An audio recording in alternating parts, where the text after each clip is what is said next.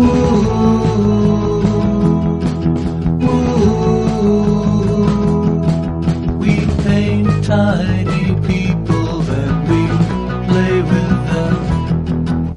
and welcome to a special episode of Miniatures Monthly. My name is Chris Thurston and as ever I'm joined by Tom Senior. Hello.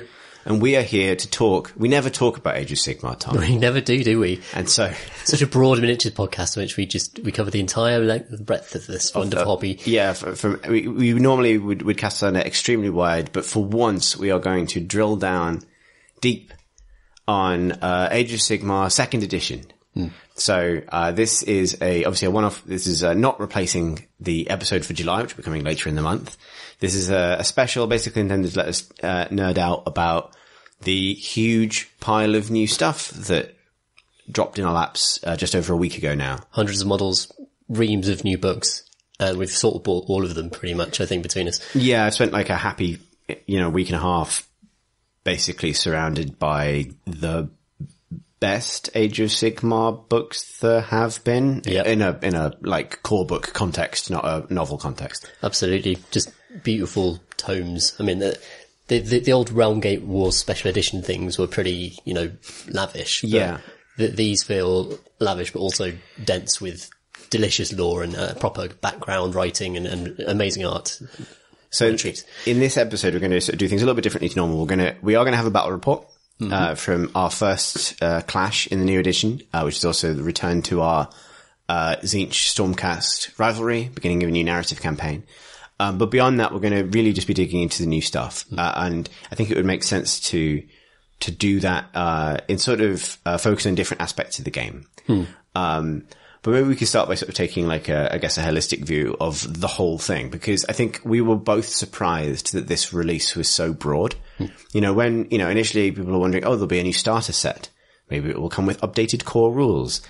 And that sort of initial sort of trepidatious sense of how broad this might end up being has kind of grown and grown until, this has ended up being a new core book, simultaneous with a new General's Handbook, which you normally expect would arrive like 6 months later to tidy things up, alongside the most substantially sort of essential feeling expansion the game has ever had in Malign Sorcery, the Magic expansion.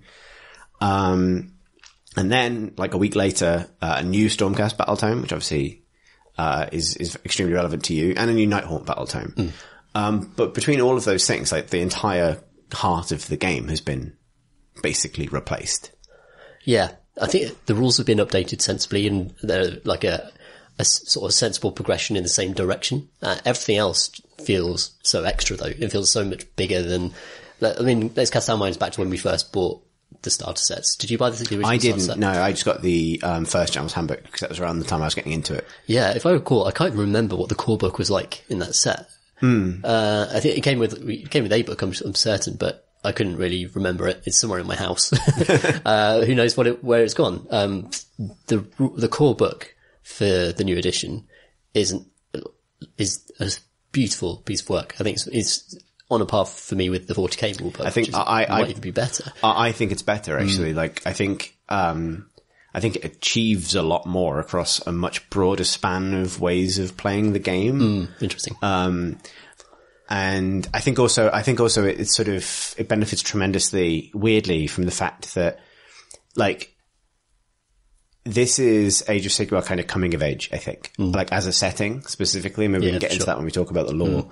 But this feels like a kind of, real first consolidation of all of the good ideas that were in it previously and brushing over some bad ideas and kind of just bringing everything up to speed. The job of the 40k core book was to reintroduce a universe that you're probably pretty familiar with, if you're into Warhammer, and basically to avoid changing too much about it. You know what I mean? It sort of brings some things up to speed, but it's very kind of set in some ways. Whereas this feels like kind of wildly inventive and it's surprising, which is something that the 40k core book didn't manage to be for me. Yeah, it's a sign, I think, particularly with the way that the mortal realms themselves are envisioned in this book, that the Games Workshop has a clear idea of what this setting is now in a way that wasn't apparent at all when the Age of Sigmar was new. Yeah. Even for the first 18 months of Age of Sigmar, I mean, you have to remember how much has happened. Like, they didn't even have a Warhammer community website. They didn't have a Twitch stream.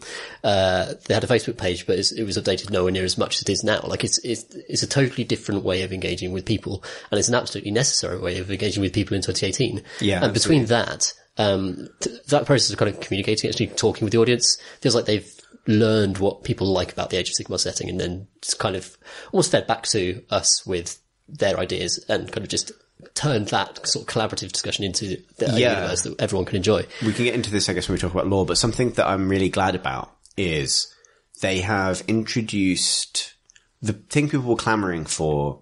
Well, the thing people were clamoring for was, can we have old Warhammer back, please? But one of the ways that manifests beyond simply wanting the clocks to turn back was, can we have something, a bit grimmer? Can we have something where you know where the grain comes from? And my concern as somebody who liked Age of Sigmar's kind of mad high fantasy thing is that I'm always wary when companies get afraid of their audience. And there was obviously a big danger of that.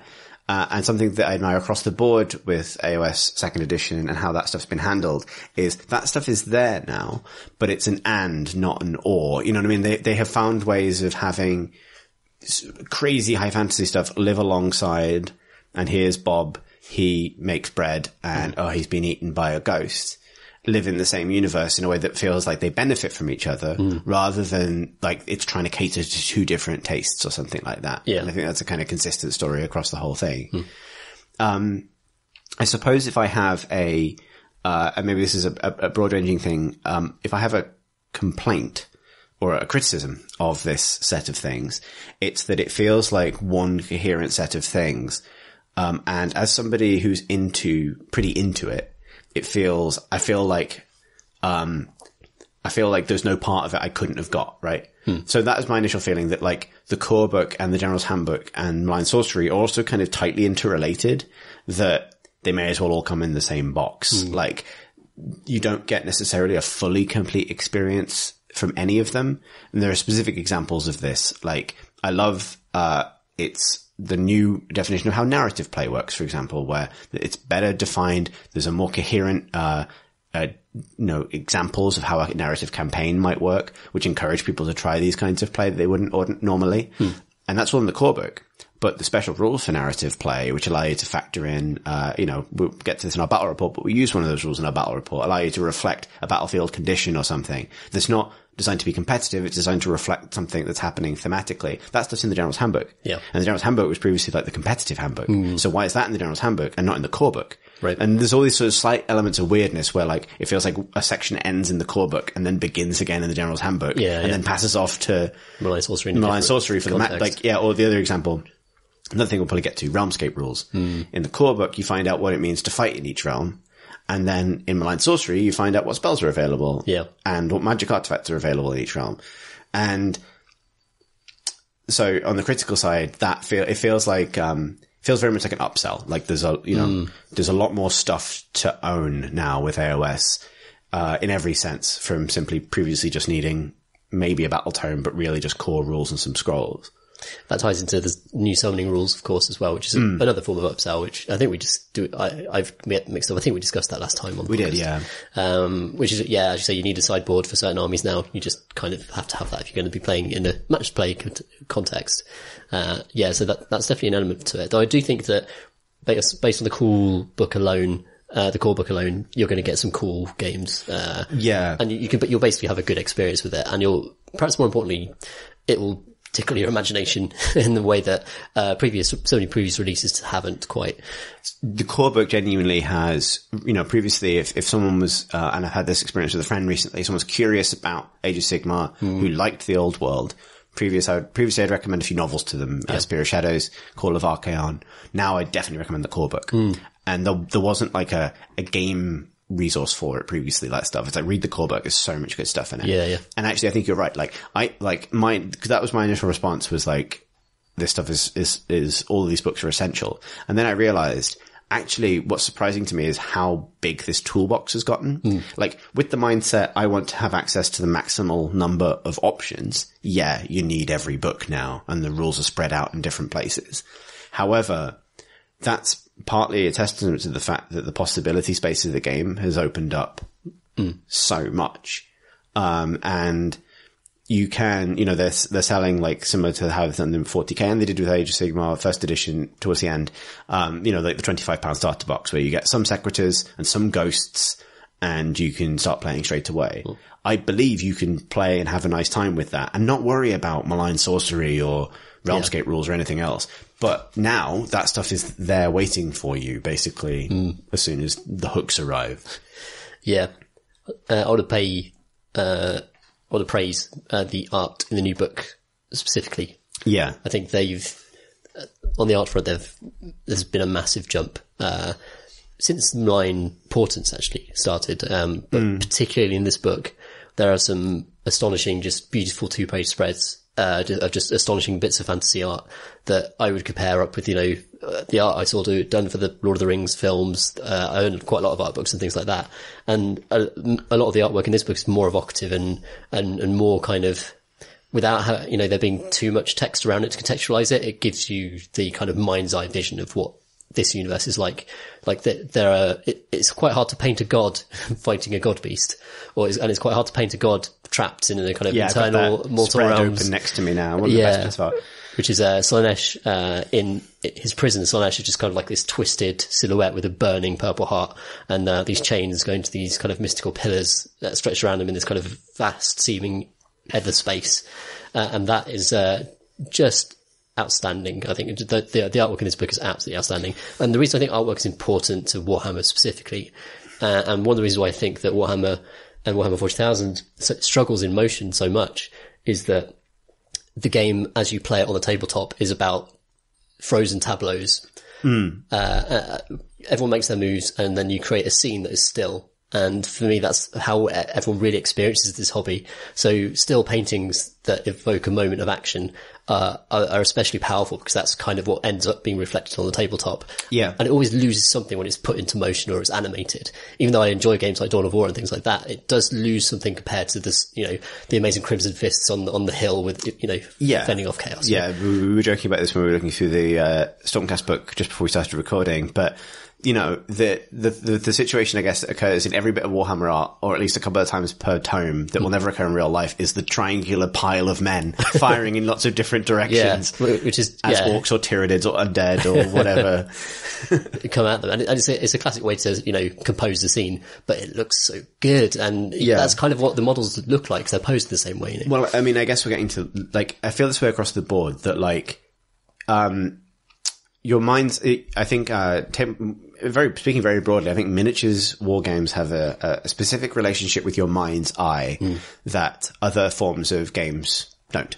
So, I play pen and paper role-playing games. I love pen and paper role-playing games, and they are sort of pure, word magic, right? That's, there's not to get all kind of, Sudi about it, but there is a sort of an evocative power to sitting around a table and all of you sharing in this vision of something that has no visual reference. Maybe you play with miniatures sometimes, but I don't.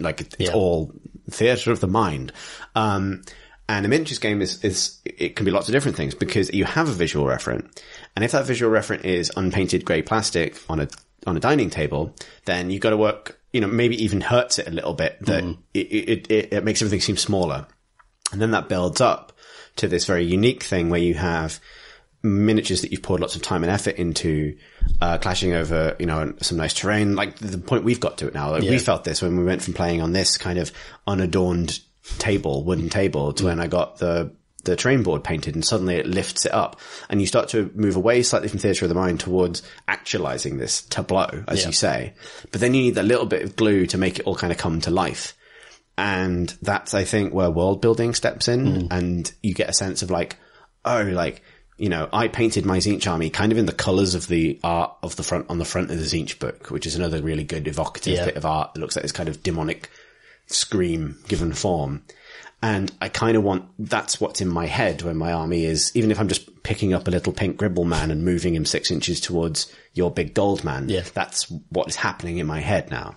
And the whole thing is this process of accretion. But while you and I were capable of running a kind of evocative narrative campaign without that stuff, it only benefits from having Games Workshop sweep in with just books full of really good new art that give you a sense of how things might look or feel. Absolutely. Yeah, there is a kind of collective imaginative effort that goes into creating, doing it, at least in narrative anyway. It's pretty different in a competitive sense. But even then, it looks great in, going to Warhammer World and playing in a tournament. Yeah. Everyone's got their stuff painted. Everyone cares about it. And I think really, like, even the most hardcore tournament weary, player wouldn't enjoy it in the same way if you were just playing with, wooden blocks instead of these models. Yeah. They are an essential part of the pleasure of the hobby. And yeah, their personality is important as well. And the worlds they fight over. And I think, well, let's move on to lore, I guess, because that's kind of, what we're orbiting. Lore and, I don't really like the word fluff, but like the creative, the world building side of the game. Yeah. The core book's really interesting because it's both more specific about a lot of things in that, it goes into a lot more, the core book begins basically at the moment the old world blows up. And it goes all the way through everything that's already happened. So the Realm Gate Wars, all the way up to Malign Portents, and there's maybe some things to dig into there. But broadly speaking, it's this kind of like, to use a painting analogy, it's like the highlight pass on a base coat. Yeah. That had already been done. And then the base coat maybe got a wash at some point in the last couple of years. And now it's got all them winks. Yep. And it's starting to sparkle. Yeah, exactly. Yeah, so if you're not too familiar, maybe we should just go over very briefly the kind of the pattern of the world, the vague arc that is, it happens before the Age of Sigmar, which kind of informs what happens in the Age of Sigmar. So that the old world blows up and, Sigmar clinging onto Malus, which is the core of the old world, goes hurtling off into space, falls into despair, everything's gone, the chaos has won. Then he meets Dracothian, who is kind of this vast star spirit who appears to mere mortals as a kind of shifting constellation that you have to study for years to even be able to see. But together they sort of form a plan, and Sigmar puts together a pantheon and starts to make allies with the gods. And I think that's the start of the Age of Myth, if I'm right. And the pantheon includes allies with Nagash, the god of the dead, and Alariel, and Teclis probably, and Valerion, and Tyrion, and Marathi. And a lot of unlikely kind of allies come together because chaos is just... Grimnir and Grungni. Oh yeah, of course, the two, dwarf, now Dwarden gods. And together they battle chaos, and they do it just god to god by the sounds of it. They don't actually battle chaos straight away. They fight, they basically clear out the monsters. Right. Because this is, and then basically what were the winds of magic in the old world coalesce into realms, which now actually have kind of form, where they're like sort of swirling nebula of magic. And towards the center of that accretion disk is a world with continents and seas and oceans and arable farmland and all that. And then towards the edge of it, towards what's now called Realm's Edge, you get like crazier versions of the magic that defines that realm. So it's no longer just like, this is Fireland. It's on fire. Land is sort of defined by that, so maybe everything's slightly more flammable. But towards the edge, everything's on fire. Yeah. And when they first encounter them, they're dangerous simply because like that, all of that kind of wild magic creates kind of beasts and monsters. But actually, it's interesting, the Chaos Gods are absent. Right. They're kind of elsewhere. Oh yeah, of course. Probably eating 40k. But it's when they start building, isn't it? It's when they start putting down fortresses and cities start appearing, and basically humans start moving in. That's chaos's way in? It sort of attracts them across time and space. Yeah. And eventually just finds those old kind of, human jealousy and, just the old vices, really. Yeah, it's attracted through the way mortals are. Even when they're at their best, which is kind of a nice touch that and even the fact that Sigmar's pantheon is kind of like an old school kind of Greco-Roman pantheon in that they're constantly squabbling and falling out with each other. Yeah. As are the Chaos Gods, obviously, but Chaos Gods are sort of a different order of being, basically. Like most of Sigmar's pantheon used to be mortal, including Sigmar. And so they are vulnerable to the same things. And so this sort of corruption comes in even despite best intentions. It's not any one person's kind of tragic fall. It's just a sort of inevitability because of how mortals that collective works, yeah. And that's sort of the explanation for why they're called the mortal realms. Like they are, even though they're massive balls of magic floating in a sort of celestial ocean, they are kind of defined by sort of the kind of vagaries of mortal life, which is its kind of cosmology, as opposed to literal space. Then, after a period that sounds stressful but good for people relatively, people are coming back into the realms. that the Pantheon starts to collapse thanks partly to chaos, but also thanks largely to Nagash. And, so there's a great kind of rift, and this seems to be when the main conflict begins. And, bit by bit they lose to chaos, don't they? They kind of get overrun, and they have to keep falling back. And there comes a point where chaos is so powerful. Sigmar just goes to the realm of Azir, shuts the gates, and says, screw y'all. Yep. I'm gonna hide here and see how this pans out and try and make a plan. And he just lets the rest of his Pantheon go, and all of his people and all of his cities, and lets them fall. They sort of all go their different ways. Like the core book's actually pretty good on like how exactly this happens, Right. like how Sigmar and Nagash fall out. Which sort of starts with Nagash getting jealous, but then leads to Nagash then not showing up to a really crucial battle against Archaon, and things sort of starting to fall apart. Alariel basically becoming enormously depressed when Nurgle gets all over the realm of life, and Tyrion and Teclis basically buggering off to find more creative ways to carve up Slaanesh.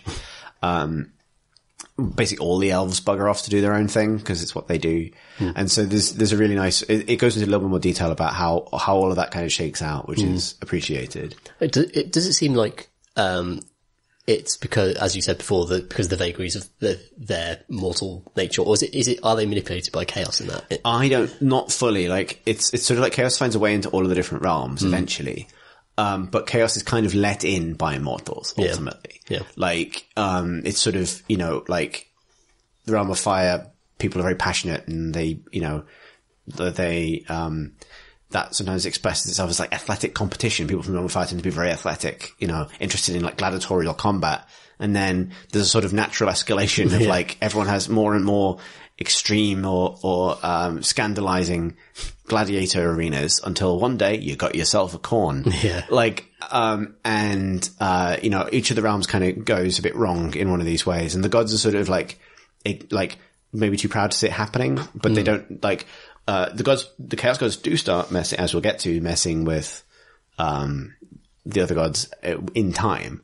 But I think in that initial fall, it is allowed to be like a kind of, here we go again kind of moment. In fact, the way a lot of the realms fall, like, my favorite, and I know I have a fondness for the realm of metal anyway, but the way the realm of metal falls is amazing. Because the realm of metal is composed of floating islands, which are linked by mini realm gates, basically. So, it is sort of, even towards the middle, it is a kind of crazy place. But it's sort of very rich in trade and mineral resources and things, until one day there are great creatures called god beasts, which are sort of vast kind of like Leviathan space monster, basically. They're sort of legacy of the lore that was built up over the course of the Realmgate Wars books, and they're kind of recontextualized, but these are some of the things that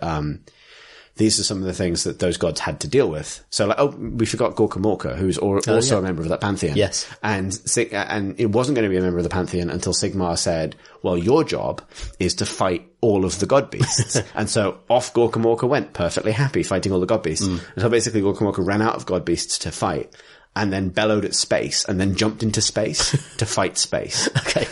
And that's the last anyone's seen of Gorka Morka. Excellent. But basically this god beast called the Load Griffin descends on the realm of metal, which is a colossal, like continent-sized magnetic griffin. I'm not joking.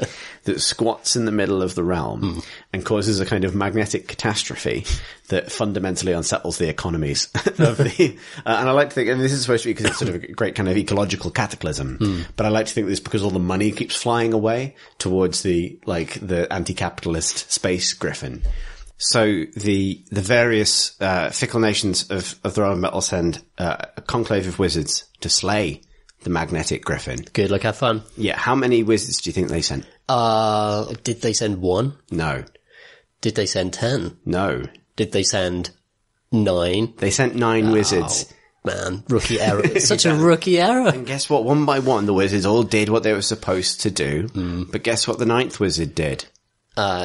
Did he each out a little He revealed himself to be a gaunt summoner, flew away on a disc, and allowed the death throes of the Load Griffin to tear a big hole to the crystal labyrinth in the sky, allowing the demons of Tzeentch to fully magnificent invade the realms. In fact, they've kind of recontextualized what happened when chaos arrived.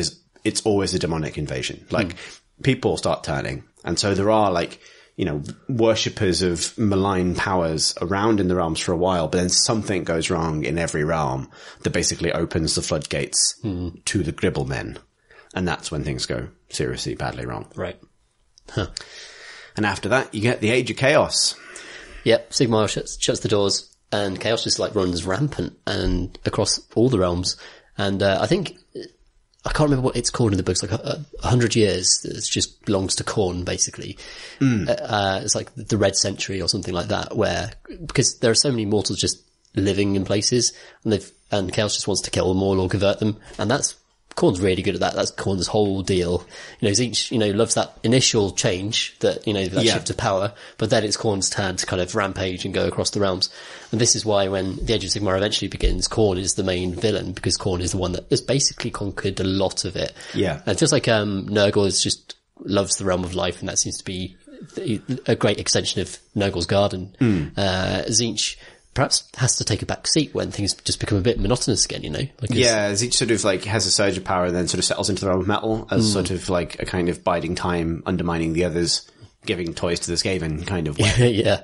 And of course, Slaanesh is missing, and the Skaven are just between the cracks, and no one really knows what they're doing. They've kind of, on the Skaven actually, it does a good job of kind of recontextualizing the Skaven and the Great Horned Rat as kind of like, sort of the god of underdogs, like kind of the god of sort of, to kind of define why the Great Horned Rat could be a chaos god. It's sort of the god of kind of like forgotten things. So sort of, which does position them, the Skaven slightly to the left of Nurgle, slightly to the left of Tzeentch, which are the two that they're closest to in terms of having a cold and plotting a lot. Yeah. Which is super cool. Yeah, that's really neat. I'm glad the book does that actually, because we had a discussion about, the Skaven and specifically why they were chaotic. Yeah. Outside of just being simply rot and, disease spreading, which is how the rats are traditionally seen. But basically, during this time, Sigmar falls into despair, which is the thing that happens to the gods quite often, which is quite a Greek god thing, isn't it? It's quite mope. Just to mope for a long time. It's also very, like a Magnus thing. It's a thing that a lot of the Primarchs and gods of the various Warhammer universes, like it's one of the reasons why they aren't just too alien to be invested in, because they get sad when things go wrong. Sigmar forms a plan with Grungni, the smith god, and Dracothian, who is, his original savior, and he starts stealing heroes from throughout the mortal realms, from throughout history. In fact, just any time a mortal has fought chaos and proved their heroism, either through, acts of courage or, acts of being smarter than chaos or acts of magic, they are plucked into the realm of Azir, and they are reforged as Stormcast Eternals. And that is the birth of the new kind of poster army for Age of Sigmar.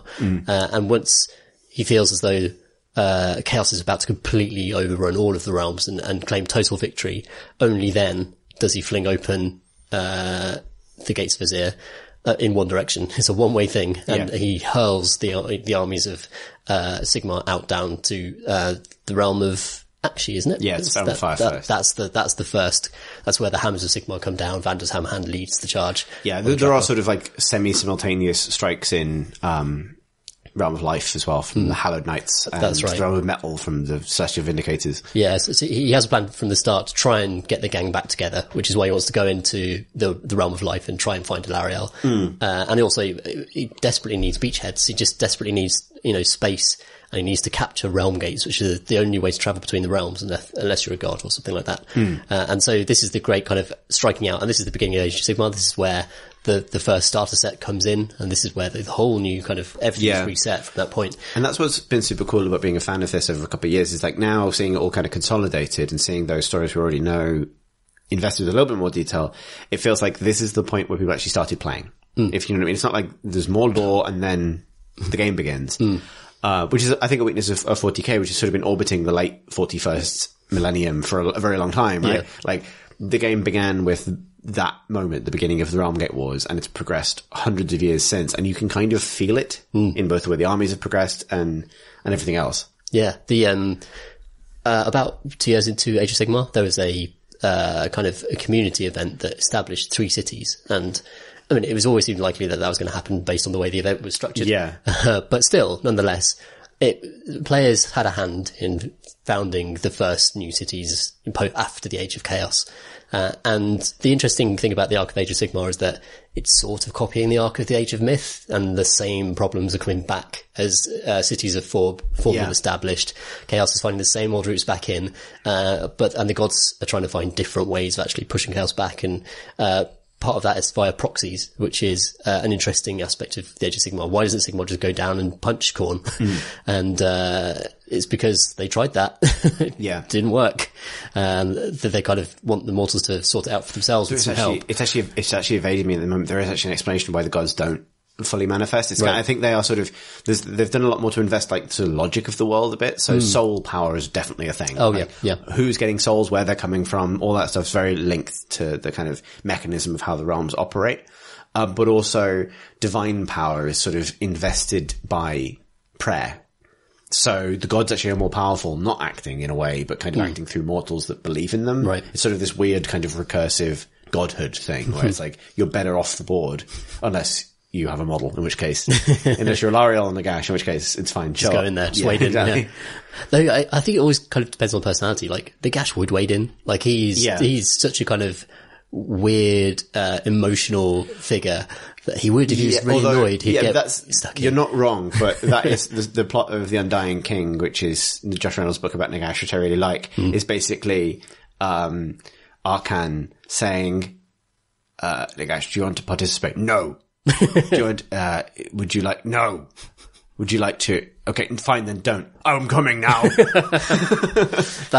love that about Nagash. He's one of my favorite characters in Warhammer. Yeah. And from the old world as well. Like, he's always been kind of like this. He's just really. He's such an asshole. Really, he's the ultimate contrarian, really. Like, he always was. Yeah. In the old world. And that's one of the reasons I really love. So, one of the things the core book does is close off the Malign Portents storyline, which ended with the Malign Portents book, and sort of explain, maybe this is skipping to the end, or right to the beginning of the Soul Wars, which is the new beginning of the narrative, but it'd be interesting to get ahead to the necroquake, and how and what that was and why it happened, which is fucking delicious Warhammer nonsense. It's excellent stuff. Excellent nonsense. So they've established that in every realm there is a particular kind of condensed form of magic called Realmstone. It takes a different form in every realm, and Warpstone, which Skaven have been eating and shoving into guns forever, is actually has sort of been retconned as a kind of a corrupted form of Realmstone. So it's their own pocket version of Realmstone, basically. It's sort of implied that it can be formed out of any Realmstone. A Realmstone takes a different form in every realm. Yeah. And this is mostly detailed in the Line and Sorcery book, but like in the realm of shadows, it's sort of like a spider web. In the realm of fire, it's like a burning rock. In the realm of life, it's green ice that's constantly turning to steam and recondensing and melting and turning back into ice. No, right. And in the realm of death, it's sand, and it's sand that runs in rivulets endlessly, and each rivulet represents a mortal lifespan. So it's like the collective hourglass of every living thing, and it's and Realmstone tends to be condensed on the edges of realms, back where the magic is strongest, and it's very rare and very coveted. It's the most valuable thing in the mortal realms. However, Nagash decided, because Nagash feels that all souls are owed to him, and also he's the best wizard, to try and concentrate all of the Realmstone, the grave sand of the realm of death, in one place at the center of the realm. And in order to do this, he sent skeletons out to walk to the edge of the realm, pick up a handful of grave sand, and walk back. And he did this for millennia. Yeah. And there's this, it's a slight retcon, but basically, so one of the reasons that Nagash wasn't helpful during like the beginning of the Age of Chaos, the entire Age of Chaos, is that Arcan the Black was basically negotiating the stupidest, longest fetch quest in history. And turns that gravesand into shade glass, which you recognize from Shadespire. It's a nice little link. And forms it into a big black pyramid. Because what is Nagash always doing? He loves it, doesn't he? He loves that one shape. He does it over and over again. It's like, what are we doing tonight, Nagash? Well, that's the same Building a giant. I love the descriptions of the endless rows of skeletons. It's not like just sending one at a time. They are in vast lines. A convoy. Like a giant kind of conga line going to the edge of the world and back. Like ants, yeah. Yeah, right, yeah. Little ants carrying back sand for a millennia, just like handful by handful, piling this stuff into the centre of the realm to create the shade glass. Great image. And he forms this, great inverted floating pyramid. This one's upside down though, isn't it? Yeah. That's right. It's just hovering in the air above the center of Nagashizar, which is his sort of city. And this is, and each of the gods, including the chaos gods, kind of realized that this is a really bad thing. It basically fundamentally alters the balance of death magic and it potentially funnel lots of energy into Nagash. And so they sent out warnings to their followers, which were the malign portents. That's kind of what that was, which each of the gods saying, do something about this. In the malign portent story, we talked about this when we discussed it. Yeah. Months ago now.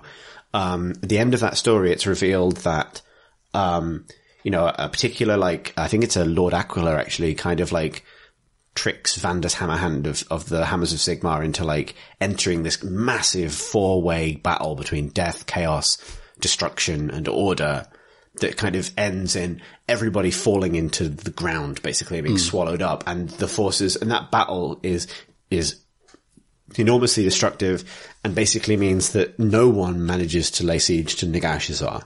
The end of Malign Portents had a specific outcome with everyone breaking out of the underworld and freeing lots of dead souls back to life, and that was based on player activity. But the point was that they were all sort of locked into a fight with each other and didn't stop Nagash. Yeah. Then at the end of that story in Malign Portents, it reveals that Lord Aquila was actually this changeling and that Tzeentch did that. And then the core book, it finally explains why. And it's because Tzeentch has been backing Nagash the entire time, which is sort of what you were saying earlier. Totally, and it's because Tzeentch knew what would happen. So Tzeentch also let, basically, a lot of things went wrong for the Skaven, in that they tried to, cause it's obviously a big concentration of Realmstone, which the Skaven cover, even when it's not Warpstone. Yeah. So they wanted to steal it. Cause of course they did. Cause it's basically this giant inverted black wedge of cheese in the center of Shyish. But they dug a tunnel that came out in the wrong place and accidentally drained an ocean into Blight City, which is how they encountered the Idoneth Deepkin. Right. Because they came out in the sea. They tried to dig a tunnel through reality to get into underneath Nagashizar, came out in the wrong place and began what is called the Year of the Drowned Rat, where they basically emptied an ocean in the realm of death into their own city. Wow. Like idiots. But long story short, eventually Clan Eshin managed to get spies and thieves into Nagashizar while Nagash is distracted by literally everybody else fighting outside the gates of the city. It turns out by the time the ritual is ready and the Black Pyramid is complete, the Black Pyramid is fucking full of Skaven. They always find a way. They do. They're like life. Jeff Goldblum as the Great Horned Rat. He would be an excellent voice. Was there ever a film of it? This is my favorite thing. And this is very much all as planned, apparently. The Black Pyramid starts to spin, which is what it was intended to do. But it spins out of control because, and in doing so, mulches all of the rats that are inside it. But this is basically sets the centrifuge off at a weird angle. Basically, it unbalances a meticulously planned spell and causes Nagash's great Black Pyramid to drill a hole through the center of the realm of death. Creating this Shyish oubliette, I think, which is, essentially a magical black hole. Yeah, it's the nadir of the Shyish nadir, that's it. Yeah.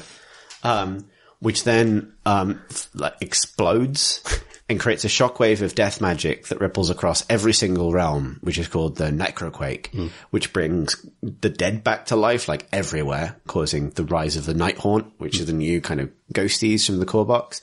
But also basically means that the winds of magic always exist in kind of balance with each other.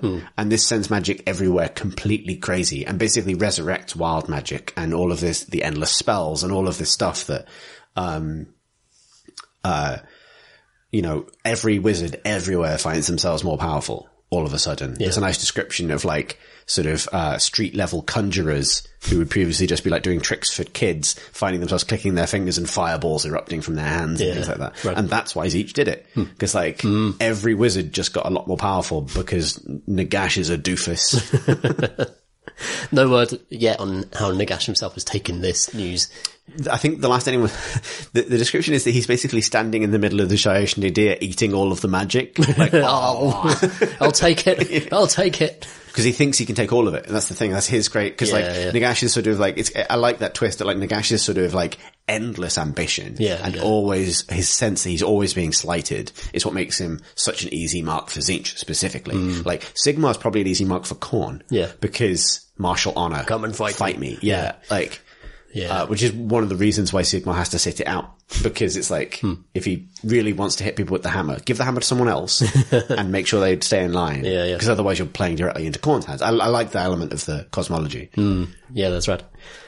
So this is set up, the Age of Sigmar, it's the Soul Wars, as they're called. Which is interesting, like we were talking about the whole setting about a year ago and basically said it's a war of souls, really. When it comes down to it, the gods are basically, Sigmar has stolen souls from Nagash.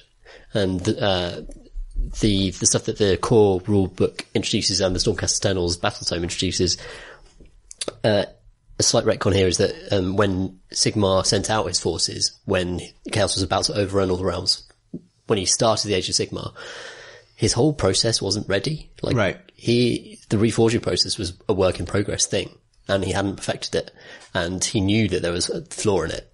And when Stormcast were being reforged, a lot of them were coming back different and losing parts of themselves and changing and basically becoming less and less human. And that's the big theme of the new Stormcast Battle Tome, is that reforging can be kind of a boon. It could be good for you. It could give you kind of cool, inspiring new abilities. It could take away your personality to an extent that makes you scary or changes who you are. But the main thing is that it always makes you less human, and it always puts you further away from the citizens over whom you're guarding. So there are reports that, BBC breaking news. Reports of Celestin Prime Minister's question. Reports of unrest in the new strongholds, because the Stormcast themselves, every time they come back and the longer this fight goes on, the less, some of them, this expresses through like a lack of empathy for ordinary humans. They become aloof, and like the Celestial Vindicators are like this, and a couple of the other really, really, brutal storm hosts kind of see themselves as being massively above the people they're protecting.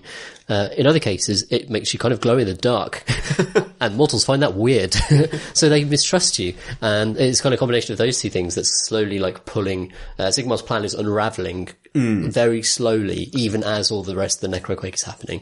And that's a very interesting part of the kind of Sigmar is holding together this coalition of order, and his plan is based on a fallacy, which is why the Sacrosanct Chamber, their secret mission is to fix that. Really, their job is partly to go and fight the undead and to fight, you know, the spirits unleashed by the necroquake, but their main secret mission is to just go and read and collect artifacts and gain knowledge about soul arts and just anything that Sigmar might be able to use to fix this terrible flaw that's in the kind of DNA of the whole Stormcast project. That part of it feels very like, one of the things that Warhammer storytelling has been good at in the past is that feeling of like, that representation in the fiction of the fact that like plans are always flawed. Like nothing's ever perfect, right? Yeah. Like it can be heroic fiction, but that heroism always has a kind of bite to it, which is what I like about it. That's what it gets from, like, it's kind of 80s British comic book roots, right? Like the 2000 AD-ness of it, right? Like everything's corrupt to an extent. There's everything has a blemish, and it's not an obvious blemish like I'm a brooding anti-hero. Yeah. It's like, this is the best plan we had, but we weren't ready. It's Magnus breaking the Golden Throne, trying to do the right thing, right? It's like, you know, that's the thing maybe feels very 40k to me about this new depth to it, is the fact that like, oh, it was just, if only, that feeling of like, if only they'd waited a moment, or like been more thorough about checking this, or, you know what I mean, that kind of thing. Then. Or even, just had just a slightly smaller ego that would allow him to talk to Nagash about this precise problem, you know, given that Nagash they should kind of be allies against Chaos, really. They're part of, the same continuum of life that benefits both of them, really. Yeah. This is the relationship between Sigmar and Nagash is so cool because they should be part of the same process of back and forth that lets mortals exist between them, whereas Chaos will just destroy everything that they both stand for, basically. Which is why Order is a faction with so many kind of shades of grey, because it's a marriage of convenience always against total destruction. On the one side is total destruction, and on the other side, you're going to start allying with people like Marathi. You're going to start allying with, the Deepkin, who are, deeply kind of, corrupt in their own way. Sea weirdos, yeah. And I can't wait to see, given just how kind of beautifully poised things are. I think like Warhammer is always about being poised in a state of unrest, so that battles can happen, right? Of course, like, so you can make your own stories and trace your course between the kind of carnage, the waves of turmoil that are erupting between these various massive god factions. But there are still more gods to be introduced. There's still Slaanesh to come into play. And Slaanesh will come back. And it's very heavily indicated that Slaanesh is coming back. It's coming back for sure, yeah. And that's going to be really interesting, because what will Slaanesh stand for now in this new world? I like, you could feel, maybe this is reading too much into it, but the core book has a lot. Like, it has we're talking about the very big stuff, but it also has like chunks of text for every faction in the game. And that's not just, the big stuff, Stormcast and Sylvaneth or something like that. But it's like, you want to know what Wanderers are up to? There's chunks of text for Wanderers. It explains what the Swifthawk agents are and that kind of thing. And how like the old world factions kind of fit together, which I really appreciated. Yeah, that's really nice. Like Wanderers. So what were previously Wood Elves, you've got some Wanderers in, that you used in skirmish games and in a few of our games. Like Wanderers are, sort of nomadic elves that basically fled the realm of life as Nurgle was invading and kind of haven't been forgiven by Lariel for it. So they act as sort of like scouts and wayfarers on behalf of the free cities, but kind of don't have a home anywhere anymore, because they should, they were previously part of the Wood Elf range. They should have a home with the Sylvaneth, but Alariel's never really forgiven them for being frail and running away, basically, because they don't have the benefit, they don't have the immortality that the Sylvaneth do, where they can just become seeds and regrow. So that sort of depth is really nice. Yeah, Swifthawk agents are often like communiques now, aren't they? They're described that way, at least in the Stormcast book, I think, where they link, the strongholds are actually really well described. I love the way that the strongholds are defined and how they're built and how they grow up. I think a lot of this is in the Stormcast book because they sort of instigate it, but it is a kind of multicultural alliance between the Duardin and the Stormcast at the centre, but also just the Free Peoples and any elves who, want to join in. And it's a kind of haphazard but really interesting scenario that's just a great bedrock for new books and stuff. Yeah. There's a great, and there's a lot, sometimes this is just through straight up lore or timelines and things, and sometimes it's through little sort of very short bits of fiction, like sort of like in a sidebar. Yeah. And there's a nice one, in the Slaanesh section of the core book. Each of the Chaos Gods has a little bit of fiction of someone mostly chopping off someone else's head.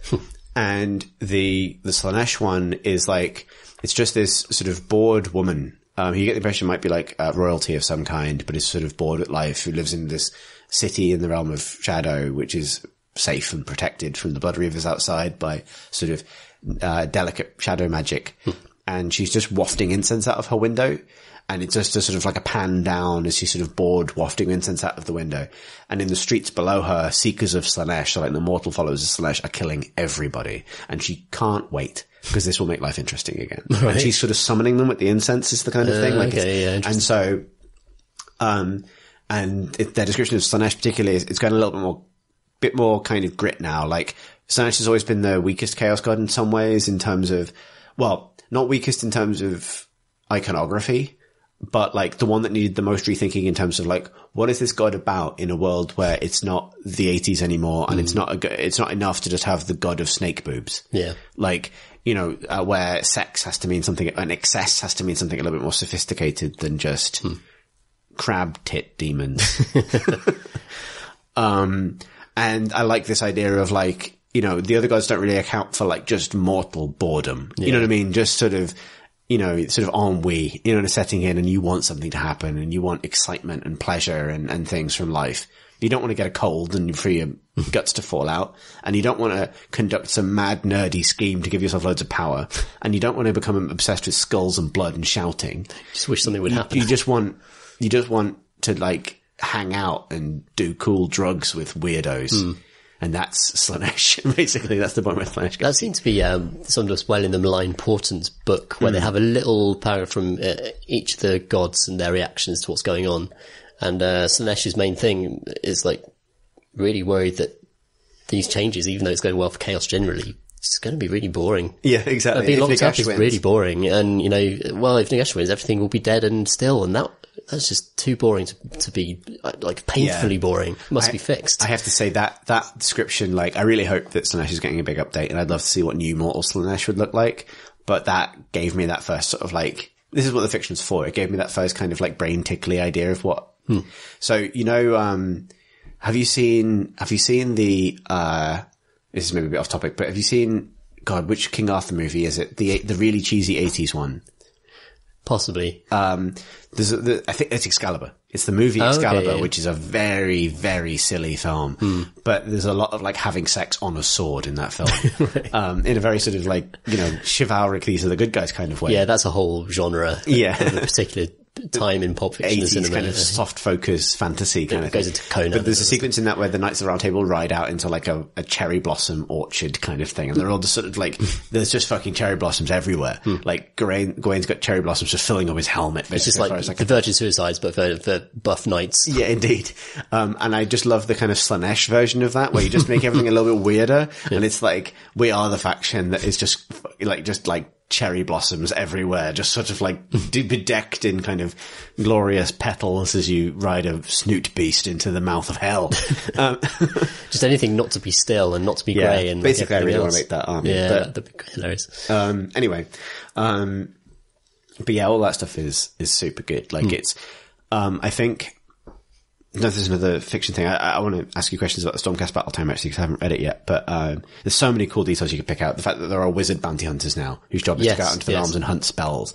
This is the thing. Like the effect of the whole, and we've skimmed it really, is that it feels like a really cohesive setting now that has a identity for itself in the context of other fantasy worlds. It is distinct from old world Warhammer, but it also feels like a slightly more martial take on Planescape, for example. Like, or, you know, D&D has a big planar element, but it's a little bit unexplored compared to Age of Sigmar, which is kind of like embraced the idea of a planar multiverse, which is what the realms really are, and sort of dug into the physics of that and how it affects trade, and there are fantasy settings that do this, but all of this in aggregate makes it feel like a game where you could set a role-playing campaign, take it back to pen and paper, and I now kind of want to.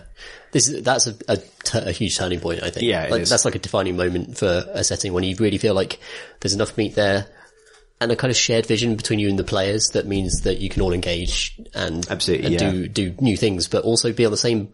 It feels like for pen and paper, like you have to start with a common something that everyone basically, like a kind of core, like a bedrock on which everyone kind of can reference and bounce off. And Age of Sigmar before this book, or before the last year, didn't have that. Like the realms weren't defined enough to matter. Yeah. And if the places don't matter and the people in them don't matter, the things that happen in those realms therefore also lack the weight. And that's changed now. Like, I think it's really telling that when we were talking about our new armies and where we wanted to go with the new campaign, the first thing you did was like open up a book and pointed to an island in the realm of metal and said, okay, this is where we sort of retroactively defined where our past year or two of campaigns have happened actually in this map, and now it's in a place, and that means something. That grounds it in our collective imaginations in a way that really does lend extra weight and make it more special. Yeah, I'm in the process of now like building a map, which is something I was going to do previously, but I was doing it with no anchor. Like, you know, it's sort of like just drawing land masses and being like, is this right? And it's like, you know, now I can pick somewhere on a map and sort of flesh it out. Yeah. And, you know, cause I totally respect why it was necessary to blow up the old world. I've always been maybe an apologist for that, but, and I said it in other contexts that I think the old world became a very good setting for a kind of prescriptive computer strategy game like Total War Warhammer towards the end, and became a bad setting for a miniatures game because it was too defined. And every sort of fantasy property that exists in that game space has a relationship with this of some kind. Like D&D I find really interesting because it's so fluid. And its fluidity is sometimes a problem because it can mean things don't really matter, but it means if people get together and really work at giving it meaning, it gives you loads of tools. And that makes it a good setting, I think. But old Warhammer was too rooted in its kind of historical wargame kind of roots. It was difficult to find space to tell your own story that wasn't going to be contradicted by something. And therefore, opening it up to this kind of like planar multiverse thing is a clever idea, a clever way of solving it within a fantasy context. But if you're not detailed enough, then it just becomes... I remember when I first heard about Age of Sigmar and I first read about it, the thing that was in my head when I was reading what the realms were was just like Diablo levels. Right, you know what I mean? Yeah. Like just like, oh, the ice level and the fire level and the hell level and the heaven level. And I thought like, oh, that sounds fun, but I kind of imagined that the game always took place in these just like floating islands in the middle of a sea of whatever, where it didn't matter and it probably get regenerated every time you played. Yeah. And it's so much more than that now. Yeah. And that's almost all established in the core book, isn't it? Like, yeah. I mean, it's been worked out over time with the novels and stuff, but in terms of the amount of sort of effort required for someone to go and read all the novels and to be engaged in the whole story, I think the core book just like shortcuts all of that very, very well. Yes, it is it lacks a kind of on the ground focus. It is a world book. Yeah. Right. It reminds me a lot of RPG source books, which is a different kind of game attached to it. But it does what it does really well. I would say like it's notable where they have they've included so much, like every faction gets a look in, every supported faction at least, Yeah. And that is a good kind of gesture of confidence that like, we're going to keep supporting these things. We've given them a place in the lore. If you had a high elf army in old Warhammer, here's how they fit. Yeah. But it doesn't go into equal depth. So like 4 of the realms, Akshi, Giran, Chamon, and Shaiish get like quite a big treatment, big maps, lots of history. The other 4 realms, so Heavens, Beasts, Light, and Shadow, all get a kind of like double page spread treatment. And that's not necessarily a bad thing because it gives some space to go. And it's like, it's still like, previously Realms of Light and Shadow were like the back half of a paragraph in one corner of a page. Yeah. Like in terms of detail now, there's a lot more of a sense of what they're like. Realm of Light, just full of lasers. It's just fucking full of lasers. Lovely. Realm of Shadow, guess what? Just full of illusions. It's the realm of Joe Bluth. But yeah, like, it's not like everything, it's not like the definitive encyclopedia of the universe. It's like just the most substantial one to date. Yeah. So Malarian, Tyrion, Teclis, and Slaanesh are basically, we're looking, and the Greenskins, to be honest, Destruction are going to be presumably the next sort of 2 years. I think so, yeah. Basically, because, and that's really exciting. Like, it's really exciting. There's a sort of the slightest hint of an implication of what Tyrion's forces might be, which is, and I'm going to say it in one phrase, Greco-Roman laser elves. Wow. Good phrase. Very good phrase. Realm of Light, I guess. Yeah. Which I'm very excited by. And then not so much on what Malerion would be, other than just like, basically, Malerion is sort of, who was formerly Malekith, has basically transformed into Illidan from World of Warcraft. And it's a struggle to separate him from Illidan from World of Warcraft. Yeah. So I'd like to see how they manage that. But yeah, oh man, it's a super exciting setup. Everything is, yeah. As I said, it poises the setting. Just ready to fall, ready to kind of collapse into a different, scenario. How does because there's, I've been listening to some of the interviews they've done and stuff, and obviously like all of these books, it's also a new generation of Battletime, starting with the new Stormcast stuff. It's also designed to kind of work together. We talked about maybe in a slightly negative light how the books feel like companion pieces to each other. Yeah. But the Stormcast book is the first kind of like child of this overarching lore. Yeah. How does it fit together? It's basically, it does a job that they've needed to do with the Stormcast Eternals since their inception, since they're initially presented as being the new kind of, as people basically assume they're basically the Space Marines of the new setting, in the sense that They're going to be on the main cover. They're almost always going to be the starter boxes. They're going to get really regular new releases. They're the big kind of main appeal. If you want to be the good guys, here are your good guy paladins who are going to fill that role for you as a new player. What they've struggled with is making them human and dealing with the fact that they don't feel human, because they went with the kind of like these the blank masks and very deliberate aesthetic decision that was also made them easy to paint, to be honest. Like there are a lot of sensible reasoning went into the way the Stormcast were designed. But one of the things people really have been striving for is just human faces or any sign of humanity behind those kind of Cyberman masks. And this battle tome does that really, really well. And also there's a simultaneous beer crack open beer. The new model ranges do as well. And it feels like, to me, the Stormcast Battle Tome and the model releases are one of the most kind of coherent releases that GW have done since Age of Sigmar was launched, simply in the way that the models back up 100% what the Battle Tome is doing. Like the fiction, the rules writing, and the model design is all on exactly the same page, basically. And the main mission is summed up by the cover of the Stormcast Eternals Battle Tome, which shows such a good bit of art. Yeah, astonishing piece of art, with a shattered shield covered in, paper. Like, it's quite a 40k thing of just having like ribbons of paper with like Screed, written on it. It's kind of like the religious fanatic. Just to-do list. Yeah, to-do list. Kill chaos, B, kill chaos, C, kill bigger chaos. Yeah. D, try not to get reforged too often. And in the background there are paladins, and there's it's the classic kind of mound of defense, which is also another very good Space Marine thing that is pretty common. There's a good defensive triangle on the back of that. Top defensive triangle, and I think it's a wizard at the top, at the back there, which is the new incantors. The thing with this is that like they are like faithful, and they are really flawed at the same time. And they are also on a horrible, horrible journey. They've been torn out of a terrifying situation where often their villages are being overrun, often their families are being slaughtered, or they're battling for their lives against chaos in the Age of Chaos, or even earlier. And they've been plucked out, and they're suddenly just go through this horrendously painful reforging process, and they're turned into these kind of 1.5 times the size they were. And each time they die, and they feel that pain, they then have the agonizing reforging process again, and something inside them breaks a little bit or changes a little bit, and then they come back.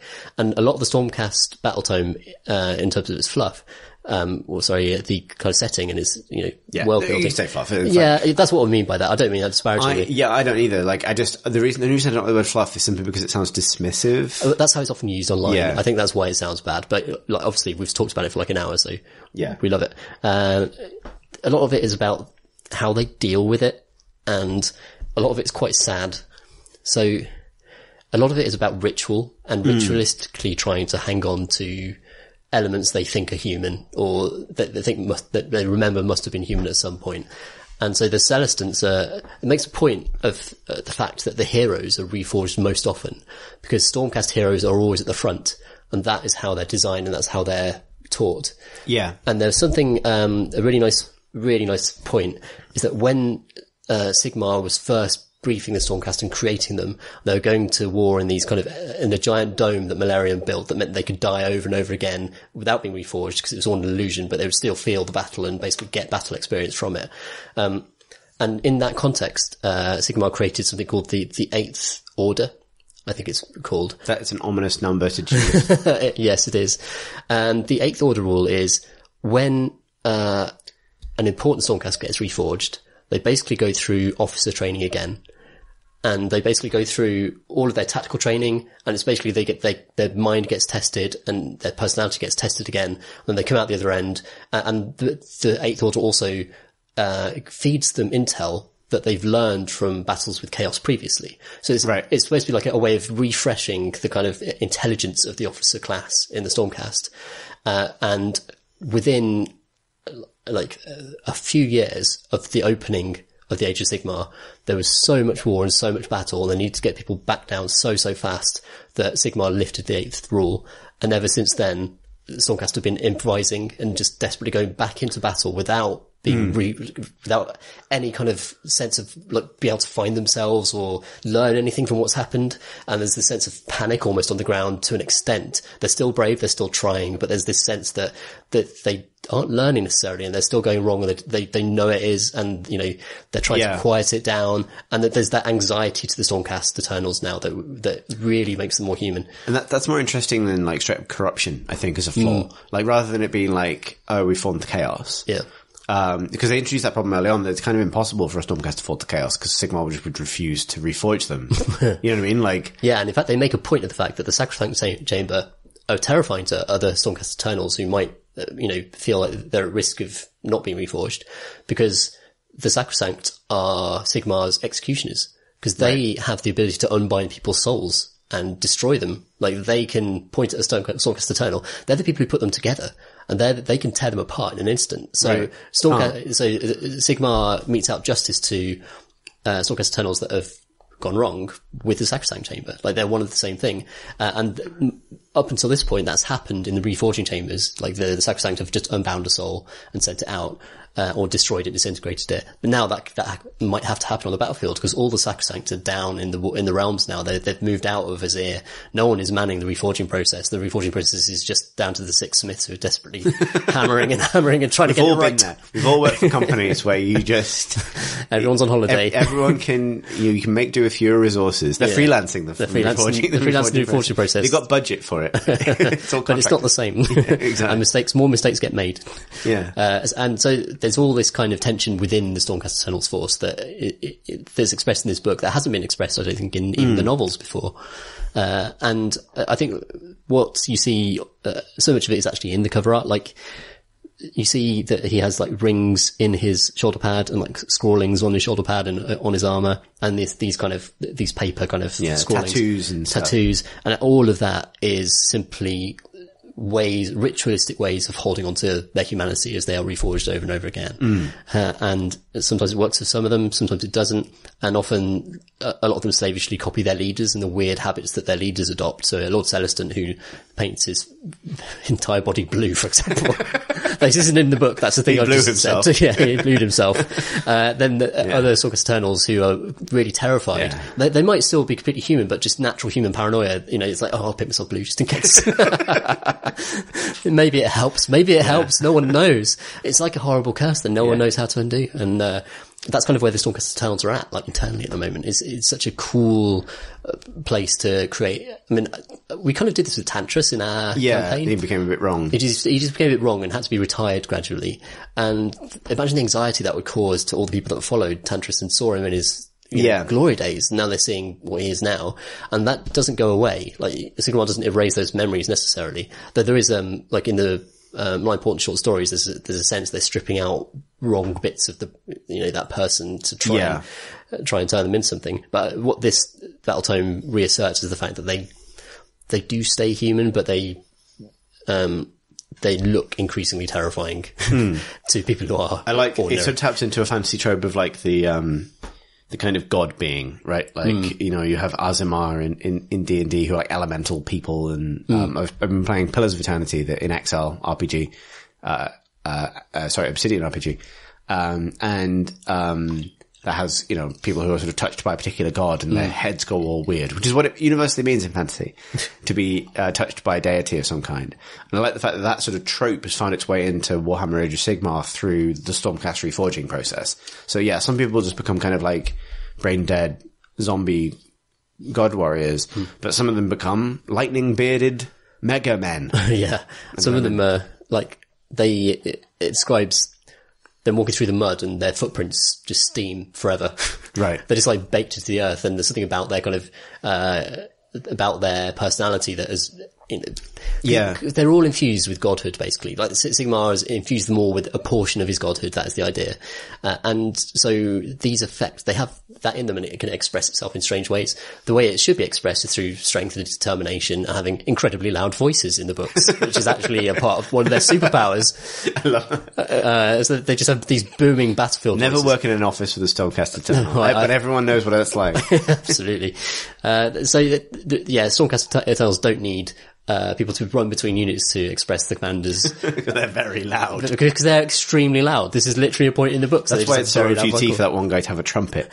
Yeah. So if their commanders can honk loud enough to, call to a dragon across the other side of a battlefield, imagine how hard a man with a giant trumpet could honk. Imagine what Less that could hard do to now, buildings. Tom. Less hard now. Yeah, the Duke man has been nerfed a little bit. He's been nerfed a little bit. Still great though. And yeah, I love where the Stormcast tales are at, and it feels like we said come of age earlier, but it feels like their fiction is working now. And it goes into great depth about how the Storm keeps are built, and particularly about the Sigmar, which is their fortress in Azir, which is unassailable, but nonetheless has terrible problems. It's really hard to heat, for one thing. Now the Sacrosanct Chamber are down in the realms, and the reforging process keeps going wrong. When a reforging goes wrong, it creates basically a lightning geist, like a lightning spirit that escapes and wreaks havoc on the cities. And what their solution to this was to build statues alongside all of the main kind of pathways through the city, like the great avenues, and the statues suck in these lightning geists, these spirits of broken Stormcast, and they're trapped inside there. And it says that basically on a dark night, if you walk past them, you can hear the screams of the damned trapped inside basically these lampposts in his ear. They're just screaming at you. Which is what price immortality? The odd spooky lamppost, just screaming lampposts in the dark. Which again, just like all these little, that's like half a paragraph that would describe that in this book. Like just loads of little hooks that give you, a way to humanize your Stormcast Eternals and to make them feel a bit more tortured and less like. When they first appeared, like one of the reasons I think people really disliked them was because they were so kind of blank good guy. Yeah. With nothing behind them except, they're gold, therefore they're good. You know what I mean? And the other guys are bad and bloody, therefore they're, evil. Yeah. And that's not enough really for, to get invested in a story, which is what the Realmgate books suffered from a lot as well. Even though they weren't like, I can't blame the authors for that really. There were good moments, good heroic moments, good battles, but it's very hard to get invested in that whole place. It's almost better now by default, because like a lot of that story has been respected. It's not been like retconned out of existence. Like, the character in the very first, in Gates of Azir, which is the very first Age of Sigmar novel, Ionis Cryptborn, who's the Lord Relictor, who gets kind of like pulled out of the battle by Nagash, basically. Like, it doesn't say it's Nagash at the time. Like once upon a time, that was a big mystery. Like, what is this force that has kind of pulled him out into this fugue state? Yeah. And it's like, he returns to the exact moment he left, but like, he's basically put on trial for Nagash for denying a soul. This is in the very first book. Yeah. And he's like, and it's sort of implied that he was originally from the realm of death, and this was when all of that stuff was totally unexplored. And now if you reread that bit, it all makes complete sense in the new fiction. Like, they've done enough to respect the little details that were there. Yeah. And then it kind of means something when, in that book, he gets killed, Ionis Cryptborn, and then comes straight back. Like, he dies and comes back out of the realm gate because his reforging is so quick. Yeah. Because he's got a sort of like a through line to death. Yeah. I'd love to see the Relictors expanded upon. I think they've kind of deliberately kept them, it does feel like their job was taken away a little bit by the Sacrosanct Chamber. Definitely. The whole point of the Relictors was they were on the battlefield to usher the souls destroyed in battle back up to Azir to be reforged. But now that is literally, that's the Sacrosanct's job completely. That's explicit in the new book as well. The Sacrosanct create these kind of spiritual bridges between where they are. So the Stormkeepers, for example, one of the reasons why they're so important is that, often they're a gateway back to Azir for souls. So you'll see souls, when a Stormcast Eternal is killed, they basically dissolve into light and shoot off into space to go back to Azir. Yeah. But what they're actually doing is going back to the nearest Stormkeep and then going up. And there's loads of Sacrosanct priests managing that whole process. Right. Huh. And that's like that's a whole change. And that makes it more interesting, right? Because it gives you potential battle objectives and things like. And the keeps matter so much now. Like I was saying in like a previous podcast, like, what does it matter whether this thing falls or not? Now there are massive stakes for the Stormcast. If a Stormkeep falls, the souls dying nearby are in jeopardy unless, the Stormcast around that area have Sacrosanct there to help that process or matters. So, it's just creating stakes and making sure that territory matters in a war game is very important. Yeah, that's super cool. Man, there's loads of good stuff. It's so good. I've been thinking lately, maybe slightly aside, but like, we had a listener write in a while ago now to point out like the link between the Stormcast and the Necrons.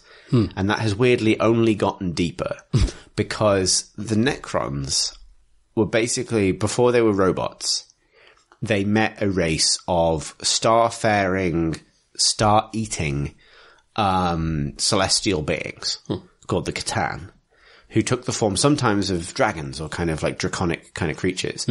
And they convinced them that the way to defeat their enemies was to transfer their souls into metal bodies. And then at the moment of having committed to doing this, they kind of realized their error. And that was the doom that kind of doomed the Necron race. Nice. And I kind of love that little echo between fictions. Like, you know, they've been super coy for years about the links between, there's a nice nod in the core book in terms of the links between Warhammer Fantasy and Warhammer 40k. Because they obviously share so much. The Realm of Chaos is the same in both. Yeah. I like that there are these sort of little nods, like there's basically nothing to say that Dracothian isn't a Catan. Yeah. And like that extends to sort of just little nods, like there's a bit where, they sort of establish that, the formation of the realms themselves, I think it's the malign sorcery, the formation of the realms themselves, like how magic came to be. Every race has a different myth for that. And the kind of the legends of the collegiate arcane, who are kind of traditional colleges of magic, is the one that most closely mirrors the story of the game as it's told, which makes sense. Like human lore in game, human myth is the stuff that you're told about in the books, basically. But the Slan, the Lizardmen, who are another race that have a crossover with 40k, have a different myth, which is more to do with the fact that the universe is in this constant cycle of battles between like the beings that own the stars and the kind of infernal powers of chaos, which then links it directly back into the very earliest parts of 40k lore with the old ones and the Slan again. So it's kind of neat that you've got these kinds of like myths that speak to each other across the two game systems as well. Yeah, that's awesome. That's really nice. That's really nice. So with lore discussed, we should talk about rules, because they redone them. Yeah, the 4-page rulebook, which was sort of the original mission statement of Age of Sigmar, was just, look, we've taken Warhammer, we've put all the rules on 4 pages. Yeah, which is a powerful mission statement when you initially make it. Like, yes. And obviously, over time, there are discrepancies that require FAQs, and it ends up being a lot more complicated than that. But I think it's a testament to how good the initial ideas were, that they are mostly intact in the second edition. And the new core rulebook is, I don't know, 16, 18 pages. It's 16 pages. But a lot of that is pictures as well. Like it's just demonstrations and stuff. The original 4 pages is like Bible dense. You know what I mean? So the new one also, it just kind of, it also, you know, there are a few new key different rules that are going to change the game a lot. And I think probably the main one, after having played a game, is command points. Huge change the way the game works, and it has been abused on the tournament scene already to an extent, but I fundamentally think it's a really cool shift for the game. And essentially what this is every turn you earn a command point, and there are ways of earning extra command points through artifacts and through allegiance abilities and things like that. Just paying 50 points for them. And paying 50 points for them, in your list. And they stay with you from turn to turn, so you can gather them up and use them in one, big thing, which is important. And they have a huge number of different uses. Basically, you use them to activate command abilities on war scrolls, and so many heroes in the game have command abilities. Formerly, you could only use them if they were your general. And you could use them automatically every turn, but everyone else in your army who had a command ability could not use theirs, because you had to declare them to be your general. They've also introduced 3 new command abilities that any hero can use, and these let you reroll charges. They let you guarantee a run roll of 6, and third one is Inspiring Presence, which at the start of the Battle Shock phase, you get to just make a unit within range immune to Battle Shock. Yeah. And the important thing is that people have to be in range of a hero, and the general has a wider range than other heroes within the army. And this has a lot of echoes of War Master, actually. And War Master was all about having heroes near units to guarantee things or make things happen. And that is kind of how AOS works to an extent now with command points. It also creates loads of interesting decisions, because there are certain command points that certain command abilities that you really want to get off at certain times, in different armies. It affects different armies differently, and it just creates loads of interesting decisions. And I think it's probably my favourite change to the rules, apart from perhaps piling in, which is a really minor thing, but it just makes the game work better. You will see it come up in the battle report that we are about to do, that we recorded before recording this. But yeah, there's lots of tweaks. I think a good theme of the core rules now is like just everything is like a little bit more sensible. And there are holes in it that can be exploited by the most competitive players. But I've realized that like that's just not me as a Warhammer player, and like I think it's not most people. And so rather than try and min-max everything and exploit loopholes, actually everything's gotten a lot more kind of sensible is probably the word I'd use. Like, the terrain rules are a really good example of this. Fundamentally, the same 6 sort of terrain rules apply, but they've been made more consistent with the war scrolls that already existed for terrain, which have been simplified and made less onerous to use and therefore easier to use. But also little things like the radius on being affected by a terrain ability has basically been universally reduced to 1 inch. Which makes sense because 1 inch is right next to or on top of a terrain piece. Whereas previously you were managing like 3-inch bubbles around every terrain piece, which was tricky. And those effects have been reined in. So things are a little bit more consistent now. Like deadly terrain can't just delete a model. It just does mortal wounds. Mystical doesn't just freeze a model. In fact, it's just good now. It just gives you a 6-up invulnerable save. Yeah. That's my favourite change. Yeah, there's lots of little things like that are really good. Another really sensible one, there is now a standardized way of capturing an objective. This is excellent. And they are, for me, the most important part is that you tag objectives to capture them rather than have to sit a unit on them and then not use them for the rest of the game. Right, yeah. Which is huge. It's really huge. It lets you have more objectives on the board because we discussed before in tournament play, like if you have 6 objectives on the board and you have to sit on them, I mean, a lot of armies just only have about 6 units in their army. Yeah. And so half your army just has to stand around. And that, they've standardized that. That's really good. It means you can move around a lot more. So my favorite example of, probably FAQ warranting rulesmanship so far. There's been a lot. There has been a lot. It's a new edition and it's been brutal. I'm not dismissing the experience of competitive players when I say that I don't think it's that important for us to discuss it because there are a lot of Warhammer podcasts so you can find people explaining how you can exploit the rules. Yeah. And I am more interested in the day-to-day experience of people just playing the game with and agreeing on with their opponent about what's reasonable. Sure. My favorite example of this is there are a few new scenarios in match play where you don't just tag an objective and then leave it. I've forgotten exactly which one it is. I think it's one of the wizard kind of centric ones, and it allows wizards to capture an objective. I think it's called something like arcane conduits or something, like the sort of like arcane places of power, basically. And the rule specifies that if, it can only be captured by a wizard, which is to contradict an overriding that core rule about it just being the number of models within 6 inches. And if the wizard leaves, the objective is neutral again, which is to, restore it to the way things used to be. However, I think at a recent tournament, that was ruled that meant if the wizard died, it didn't leave.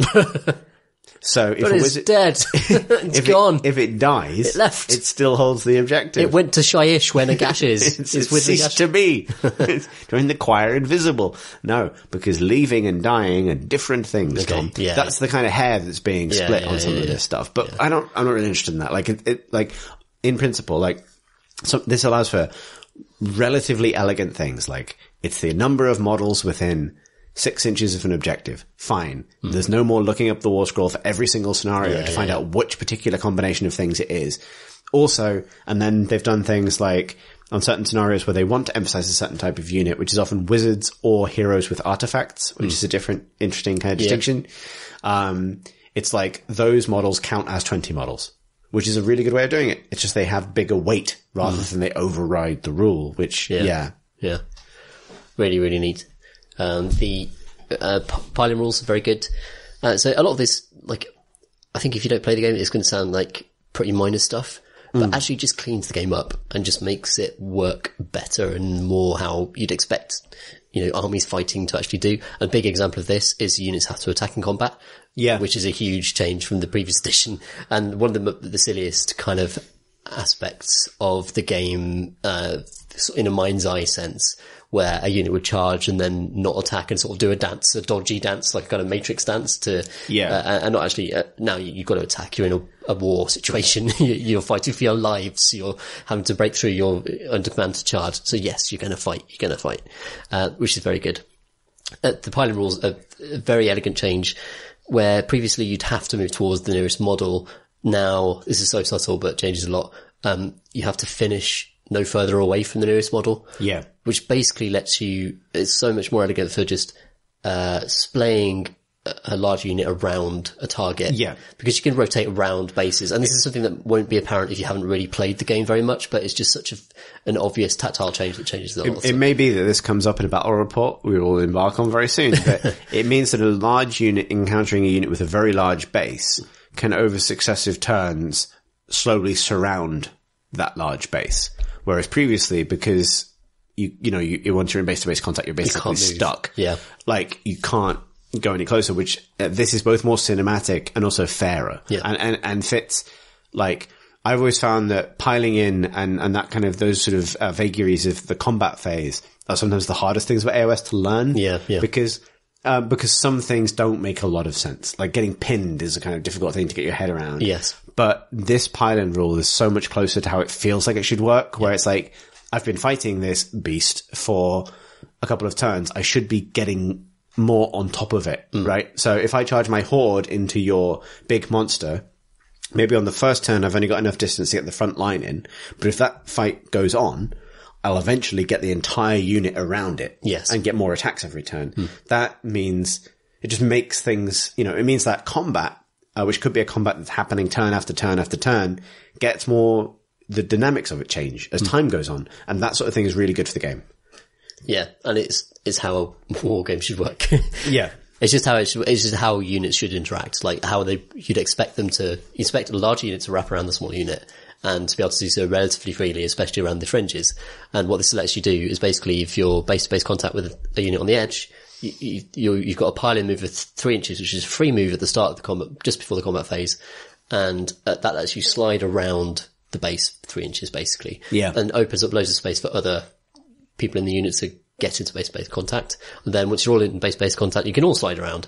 It's a weird thing to describe in audio, but it's a good change. It feels like housekeeping, but sharp housekeeping. Yeah, it's very good.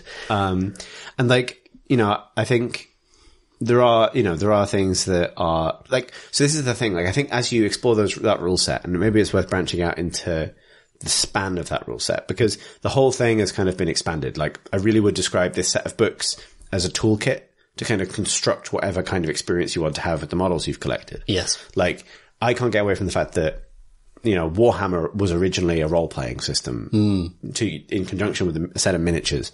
And as much as points and competitive play dominate how people think about the game, it is a lot of different things. And there are things I love and things I'm really looking forward to trying. Like, I really want, as our narrative campaign continues, I really want to do an underground battle. Ooh, yeah. Rules in the core book for that. In the General's Handbook, there are rules for aerial battles, which our armies aren't quite in a good position to do. No. But underground, that sounds super interesting. Like, and the core book also has better definitions for what constitutes open play. And includes an open play scenario generator, which works very similarly to the open play card system. It's just basically dice rolls rather than drawing cards, which I love. And that's, basically just play battles show up with a pile of miniatures, count how many wounds they have, use that to create a battle with your friend. And I think often Warhammer players, particularly hardcore Warhammer players, need shaking out of the notion that points at everything, and shaken out of the idea that competitive play is everything, and shown the fact that you can have fun in a lot of different contexts. I love the fact that narrative, even though it's split between the core book and the General's Handbook, narrative play is now both a kind of philosophy of like, have stories, tell yourself a story where the outcome of one battle affects the outcome of another, which is something that we've done with some sort of match play kind of framework, basically. Yeah. And now has a couple of pages of lots and lots and lots of really interesting rules for fighting in realms that are, being hit by comets and all sorts of different things. And just sort of like, you can pick and choose kind of what fits this scenario. Like that stuff, there's so much stuff that maybe this is the reason that I don't like the word fluff is often what it's come to imply in wargaming communities is it's the bit you skip over on the way to the bit that the maths. to the maths that will win you the next tournament. Right. And that's where the Warhammer happens. And I completely disagree with that. And I feel like even you and I who run a narrative campaign, we sort of like drift towards the kind of, let's look at this as a strategy players kind of thing. Yes. And actually like, no, let's go back and look at the fun things that they've added for fun and see if they're fun. And some of them are fun. And then, yeah, and that's even before you get to narrative match play. And then in the recontextualized match play is the kind of like sort of sedate, sober kind of structured thing at the end of a book full of interesting ideas. Yeah. Which is super neat.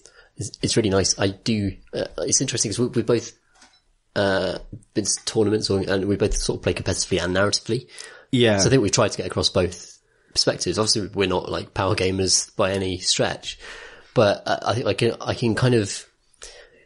can understand completely the appeal of digging into the maths and seeing what's good and what's not and what does this mean for the game. And that's just, there's an element, particularly in, dipping into the TGA forums and things like that, of just enjoying people's arguments about what's in and what's out and the kind of gossip of it. You know what I mean? Yeah. That's what the competitive game gives you, is the gossip, the kind of meta gossip of what's, that's the best way of putting it. Yeah. And it's because the competitive community takes a holistic view of the entire range in a way that you don't think of at all narratively.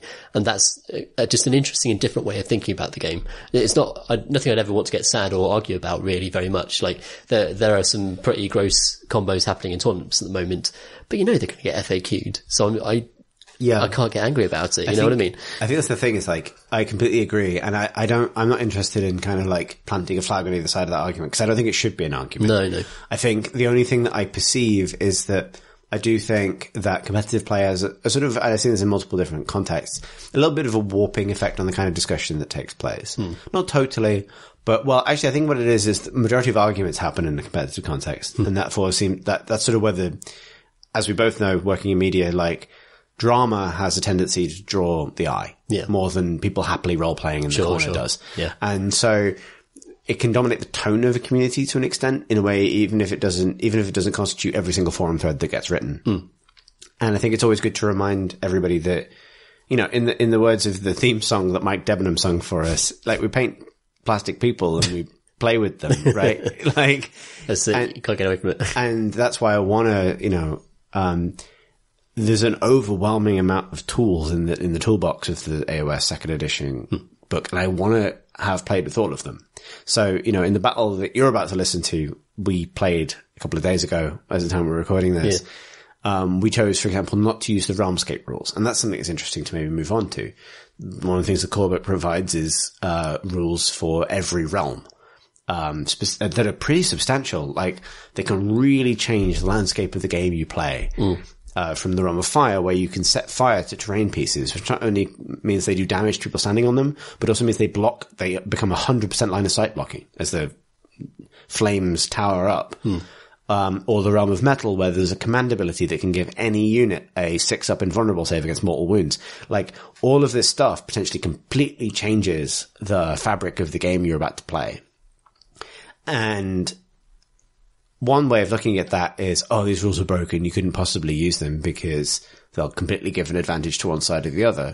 The other way of looking at it is, cool, we've got ways of simulating basically anything. Yeah. And I mean, as the person I've lost a lot of games of Age of Sigmar now.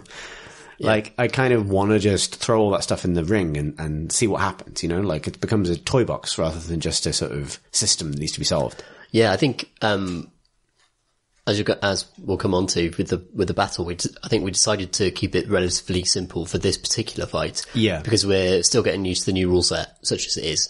It's not too dissimilar, but there are still differences and new scenarios, that kind of thing. And we've both got new faction-specific rules to deal with as well. We haven't really touched on that. Like, it will come up in the battle report. Like, I deal with Tzeentch's new summoning mechanics. You've got new systems for the Stormcast in some pretty significant ways as well. Yeah.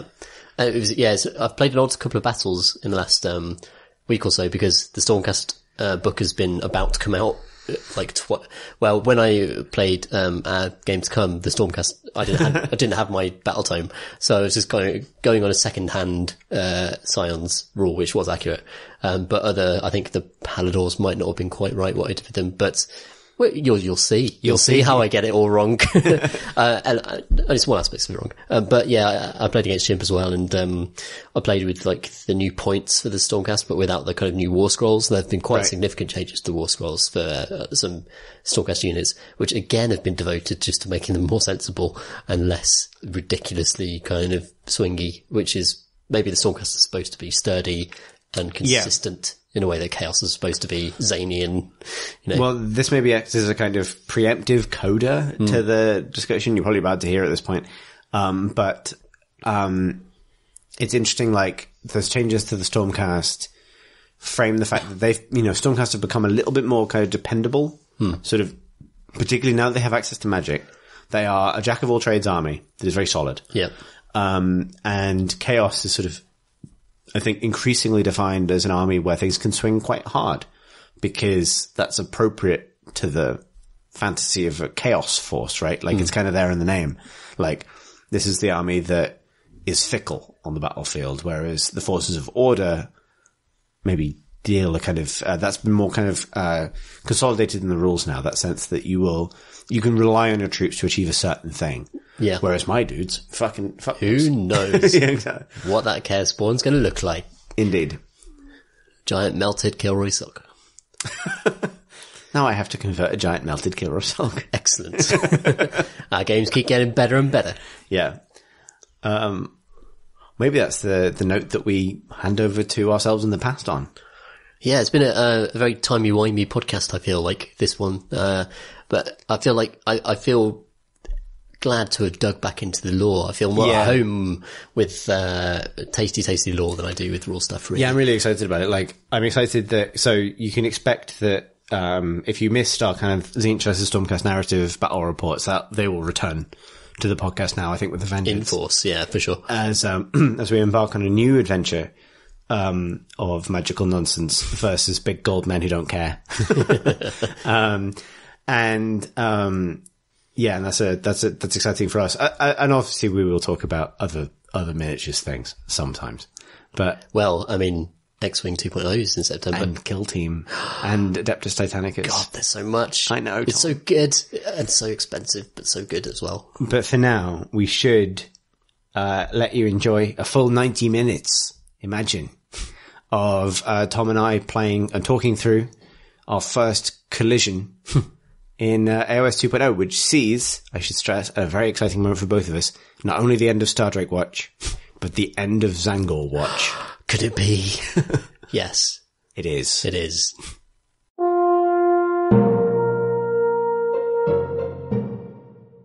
Okay, let's talk about our first game of 2nd edition Age of Sigmar. This is the first game of our new campaign. Indeed, it is. So you know, listeners, we're recording this immediately after playing said game and actually before recording the rest of the podcast. So we might have some sort of weird reverse hot take kind of phenomena occur. We might have changed our minds about everything. Yeah, indeed. But I think this allows us to make the freshest possible take on a pretty complicated game that we just played. Because we're learning a lot of new stuff with some pretty familiar forces. Yeah, so we're using the AOS 2.0 rule set, obviously, and also using some of the rules from the new Stormcast book, which I don't have yet, but we've just sort of, adapted. What we might have by the time we record the rest of the podcast, yeah. So for takes on that particular battle tome, look to earlier in the podcast. Yeah, which you've already heard. Basically, we've summoned some Chronomantan cogs and slowed down time to allow us to deliver simultaneous takes across multiple different enjoy this. fate streams. This is very Mortal Realms. I think this is very AOS 2. And I've been really looking forward to this game. Leaning in really hard. Like, I think when we come to record the main pod this month, I'll talk about sprinting to get 30 Zangor done for this game. Big change to my army. But also because of the changes to Tzeentch specifically, like pretty big changes, many of which we felt in this game, some of which probably didn't even feel to their full extent. Yeah, not yet. From points changes to everything else, to summoning particularly. kind of a new army. Like, it was a very different army to the one I'd normally build. Yeah. And you were bringing lots of new stuff as well. It's true, I bought a Star Drake the first time. Star Drake watches over. Yeah, and Zangor watches over. In the wild. It's actually kind of appropriate, actually. Yeah, they're kind of the counters to each other as well, hilariously, in the game, to an extent. Well, one's very much counter to the other, we'll find. But they are pointed quite differently. They are awesome centerpiece. You know, a massive unit can be a great centerpiece, as much as a Star Drake can be a great centerpiece. I think that's the cool thing that I realised looking at both of our armies on the tabletop. Yeah, I think this was like the best looking pair of armies we've ever fielded. It looked awesome. Even though both of our armies were smaller than they have been. I think. Smaller, but lots more detail, actually. Smaller for you because of lots of people in space or in the wilderness. And expensive Star Drake, taking up 580 points. 580 points? Yeah, he's oh, pricey. Wow. He's pricey. Oh, wow. Mm. And smaller for me because of points rises across the board, basically. So, so we chose to, this game is sort of two things at once. It's obviously our first game of AOS 2.0 and a bit of a trial run for the new rules. Not your first game of AOS 2, I should stress, but our, first game, but also the first game in a new campaign. And so, maybe just to touch off the kind of lore stuff straight away and a few other things. This is sort of taking place our previous campaign took place sort of during the Realm Gate Wars. And as with the rest of the fiction of Age of Sigmar, we kind of moved things forward decades, if not hundreds of years. Yeah. A civilization has risen up, or at least cities have risen up in the place that Tom liberated at the end of the last successful major victory for the Stormcast. Which is now a place on one of the amazing maps in the new. Yeah, we've basically I've chosen a particular island on the map of Shaman, the Realm of Metal, in the core book to be a campaign setting, and I'm going to draw a map of that place and kind of and add more detail to it. And if someone writes a book about it and contradicts everything, fine. But for now, I'm going to kind of claim that as ours. Cities have risen, and crucially, cities have risen in a place where a Lord of Change was blown up. And that's often sometimes a bad idea. Yeah, that energy doesn't always dissipate, because stay there for thousands of years. Siege is patient. Indeed, and that energy has now sort of led to the foundation of cults within the city. My new kind of Tzeentch army is called the Cult of the Radiant Transposition, which is that sort of, again, trying to maintain the musical motif somewhat, but move it into the sort of Tzeentch Arcanite mould rather than the demon thing that I was doing previously. Makes it more sense for the fact, be citizens of these places being corrupted, like ordinary humans and, other ordinary citizens. And these tribes of Zangor finally arriving after 6 months of painting. Yeah. To take up a different position in the army. And I guess this, for the lore hunters of Azir, your army, this means they've housekeeping. Yeah, pretty much. They've kind of gone into, Bastion mode after the frenetic invasions of the Realm Gate Wars and the frantic, coming to terms with Tzeentch in our previous campaign. I think they've bolstered, reinforced, but they're very much, they're there to garrison, they're there to hold the fort, rather than actually push into new territory right now, though things may change over time, of course. Yeah, but we've also, because we've played games since, at the tournament and things, when we got matched against each other, we've got a sort of, both of our armies have sort of been clashing in different realms and in different sort of wildernesses. I sort of see the Realm of Metal as the place where things will always come back to, but they've encountered each other in different environments. Different realms, different places, and also the Lore Hunters are increasingly reaching into other realms to draw the forces from. So actually, my general and, some of the other new units I've been playing with probably come from Haish, the Realm of Light, where they've been hunting for artifacts there. Yeah. And there's a couple of heroes I've got which I haven't used yet who have been patrolling the Realm of Death. So it's more about the Lore Hunters are about an ethos that can bind in different storm hosts. It's almost like a special forces thing. You pick and choose from different places. Yeah. Anyone who's able to hunt artifacts and resist their kind of lure and the chaotic influence, you're allowed in. And this has kind of come to a head around stuff that we did, initially just to tie into Role Models Rollout, which was the Miniature Monthly community on Discord's first live, kind of gathering. Yeah. which provide them a little bit of story. I kind of suggested that they might be seeking these instruments of Zakra, which are the joke is that they're literally musical instruments, but the kind of magic remnants, the artifacts left over from that civilization that the Stormcast kind of put to an end. Yeah. Basically at the end of our first campaign. And those artifacts were claimed by one side or another and granted to, and I asked, the community members to like decide whether or not they would then subsequently grant those artifacts to Tom or to me. And Tom won overwhelmingly. Yes. Force of order. And so actually making use of those new narrative rules in the new General's Handbook, we kind of translated this into the rule, I think it's called Gathering of Power, which basically allowed you to pick an extra artifact. But in the game we ended up playing, that's actually a really big deal. And now thinking about it, that's actually like, but that's really cool. So if you were one of the people who committed your magical flutes from beyond time and space to Tom's cause, this was very handy. And you should imagine a kind of end of Indiana Jones and the Lost Ark type scene where your artifacts were ferried by a Lord Veritan and a load of kind of lowly Stormcast into a vast hall in Azir where these things are kept and locked down and overseen by the scholars and the wizards and the new chamber of Stormcast. And so this is obviously the first game of the new campaign as well. Yep. But we also did choose to use it to kind of try out one of the new match play scenarios. I guess we'll meander from match play scenarios to narrative play scenarios and kind of just sort of see what the awesome. I really want to try Underground as well. Oh yeah, that'd be cool. That'd be interesting. Given there's such a toolbox of stuff, I really want to try that. Yeah. But also we chose not to use Realmscape rules for this particular game. So it could have been taking, I sort of assume this match was taking place sort of, we'll get to when we talk about the scenario, but this battle could have taken place anywhere. Yeah. But we chose to not use Realmscape rules simply because it's an extra layer of complexity on a game that we've already... We'll certainly go into those though in future. Yeah, definitely. It's really fun. So, let's talk about Relocation Orb. Because it's the silliest new match play scenario by like some distance. It has a terrifying diagram which maps the route of an objective that moves around the board at the end of each battle round, and it zigzags between points of the battlefield. It just kind of is very unpredictable, and because it's a one objective scenario, it means it's by its very nature, it's going to be a mashup. It's going to be like two armies going straight to a point and trying to... So it's like sort of diagonal deployment in that you both have like a corner of the board set up in. Yeah. I don't think either of us realised how close together that actually pushed you. Yeah. And so to clarify, if you haven't seen the scroll for this, there's one objective that starts in the middle of the board, and we set it up on a piece of terrain, like, it's a relocation orb is like apparently like a specific kind of artifact in the mortal realms. I like to think that our armies are fighting over something kind of essential to both of their plans. Yeah. And they're clashing again. But it's also a clash of new forces and new Lord Celestin. Yeah. Tantris is on holiday. He's on the bench. He's on, compassionate leave. Yeah, we have to think of a name for... Yeah, I'll come up with one for the future, I think. And so the new Lord Celestin Dracoth is the new brains of the operation. Tantris will come back every now and then. He can still hit a thing very hard.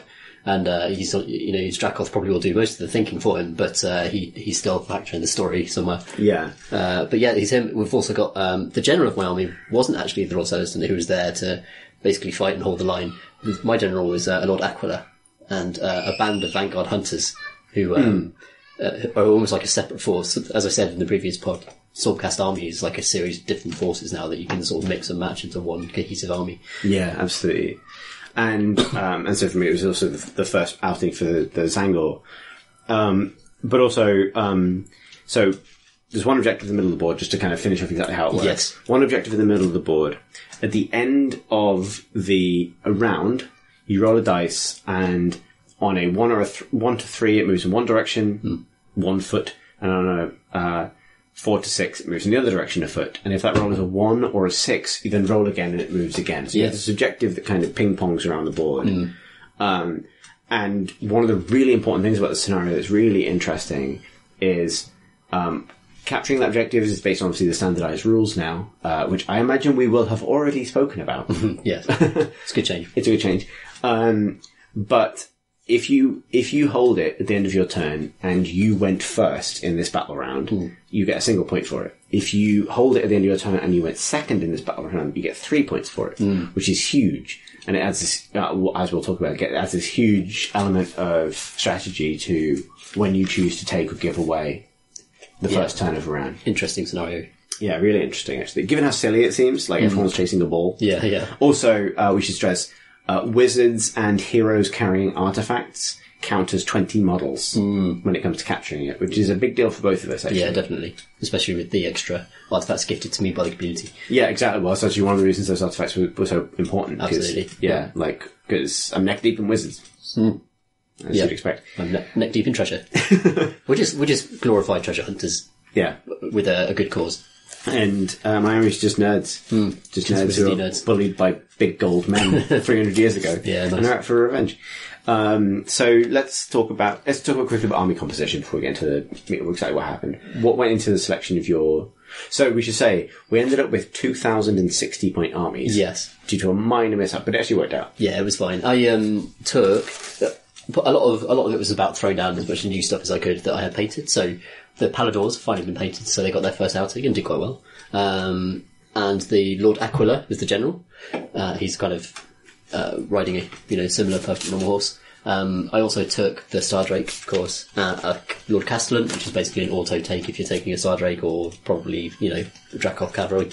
I also took for Battle Line because the Aquila was general. I could take 2 squads of Vanguard Hunters Battle Line and a unit of Judicators. And I think that was it. I had to do Incantor, of course, one of the new Stormcast wizards from the Sacrosanct Chamber. Yeah. Who I'd hastily faced up. And also, to round out the points, I took an Endless spell, which was the Maelstrom. Only 20 points. Kind of just a weird... Yeah, very cheap. The Maelstrom is the one that sort of absorbs spell energy, then blows up when it's eaten too much. Yes, any spells that are successfully cast within 18 inches of it, you can roll to unbind, and if it does so, it eats it and gains the token and eventually blows up. Pretty cool. So I took Lord of Change as general. Yep. I just sort of, as time goes on, as they add more stuff to my each army, Lord of Change will probably go out of the list completely, because it's so expensive now, and I want to be able to include more stuff. But Lord of Change plus 30 Zangor, 480 points, 2 blocks of 10 Pink Horrors, 200 points each. Which is actually, in terms of general and battle line, that's almost the entire army, those things. And then I took the Ogroid Thaumaturge, because really good before, and now people have realised that they're really good, which is sort of annoying. I feel like it's like the Thaumaturge hipster. You were there first. Yeah, exactly. You knew before it was cool. Yeah, and the Gaunt Summoner, always really solid, and a Herald on foot, just a regular Herald. Yeah. Which left me enough points to take in terms of endless spells, because I wanted to make sure we saw a bunch of them. Bellwind Vortex, the Chronomantic Cogs, the Ether Void Pendulum, the Geminids, and the Life Swarm. Not all of which I ended up casting in the game, but loads. I ended up adding the Life Swarm because when we ended up with that sort of slight 2,060 point weirdness thing, because just of a miscounting, basically. Yeah. I just added the Life Swarm. Nice. Because Zinch doesn't have access to healing normally, so it's actually potentially really big. It's good for Zinch, good for Stormcast. Well, Zinch has access to healing, but it's in the form of turning other people into your dudes. Which is kind of cool. Yeah, but I don't have that yet because I don't have the Shaman painted. Yeah. And that is, it felt really different for me, at least at first, because that's a lot fewer units than I'm used to fielding. I guess one of them is enormous, right?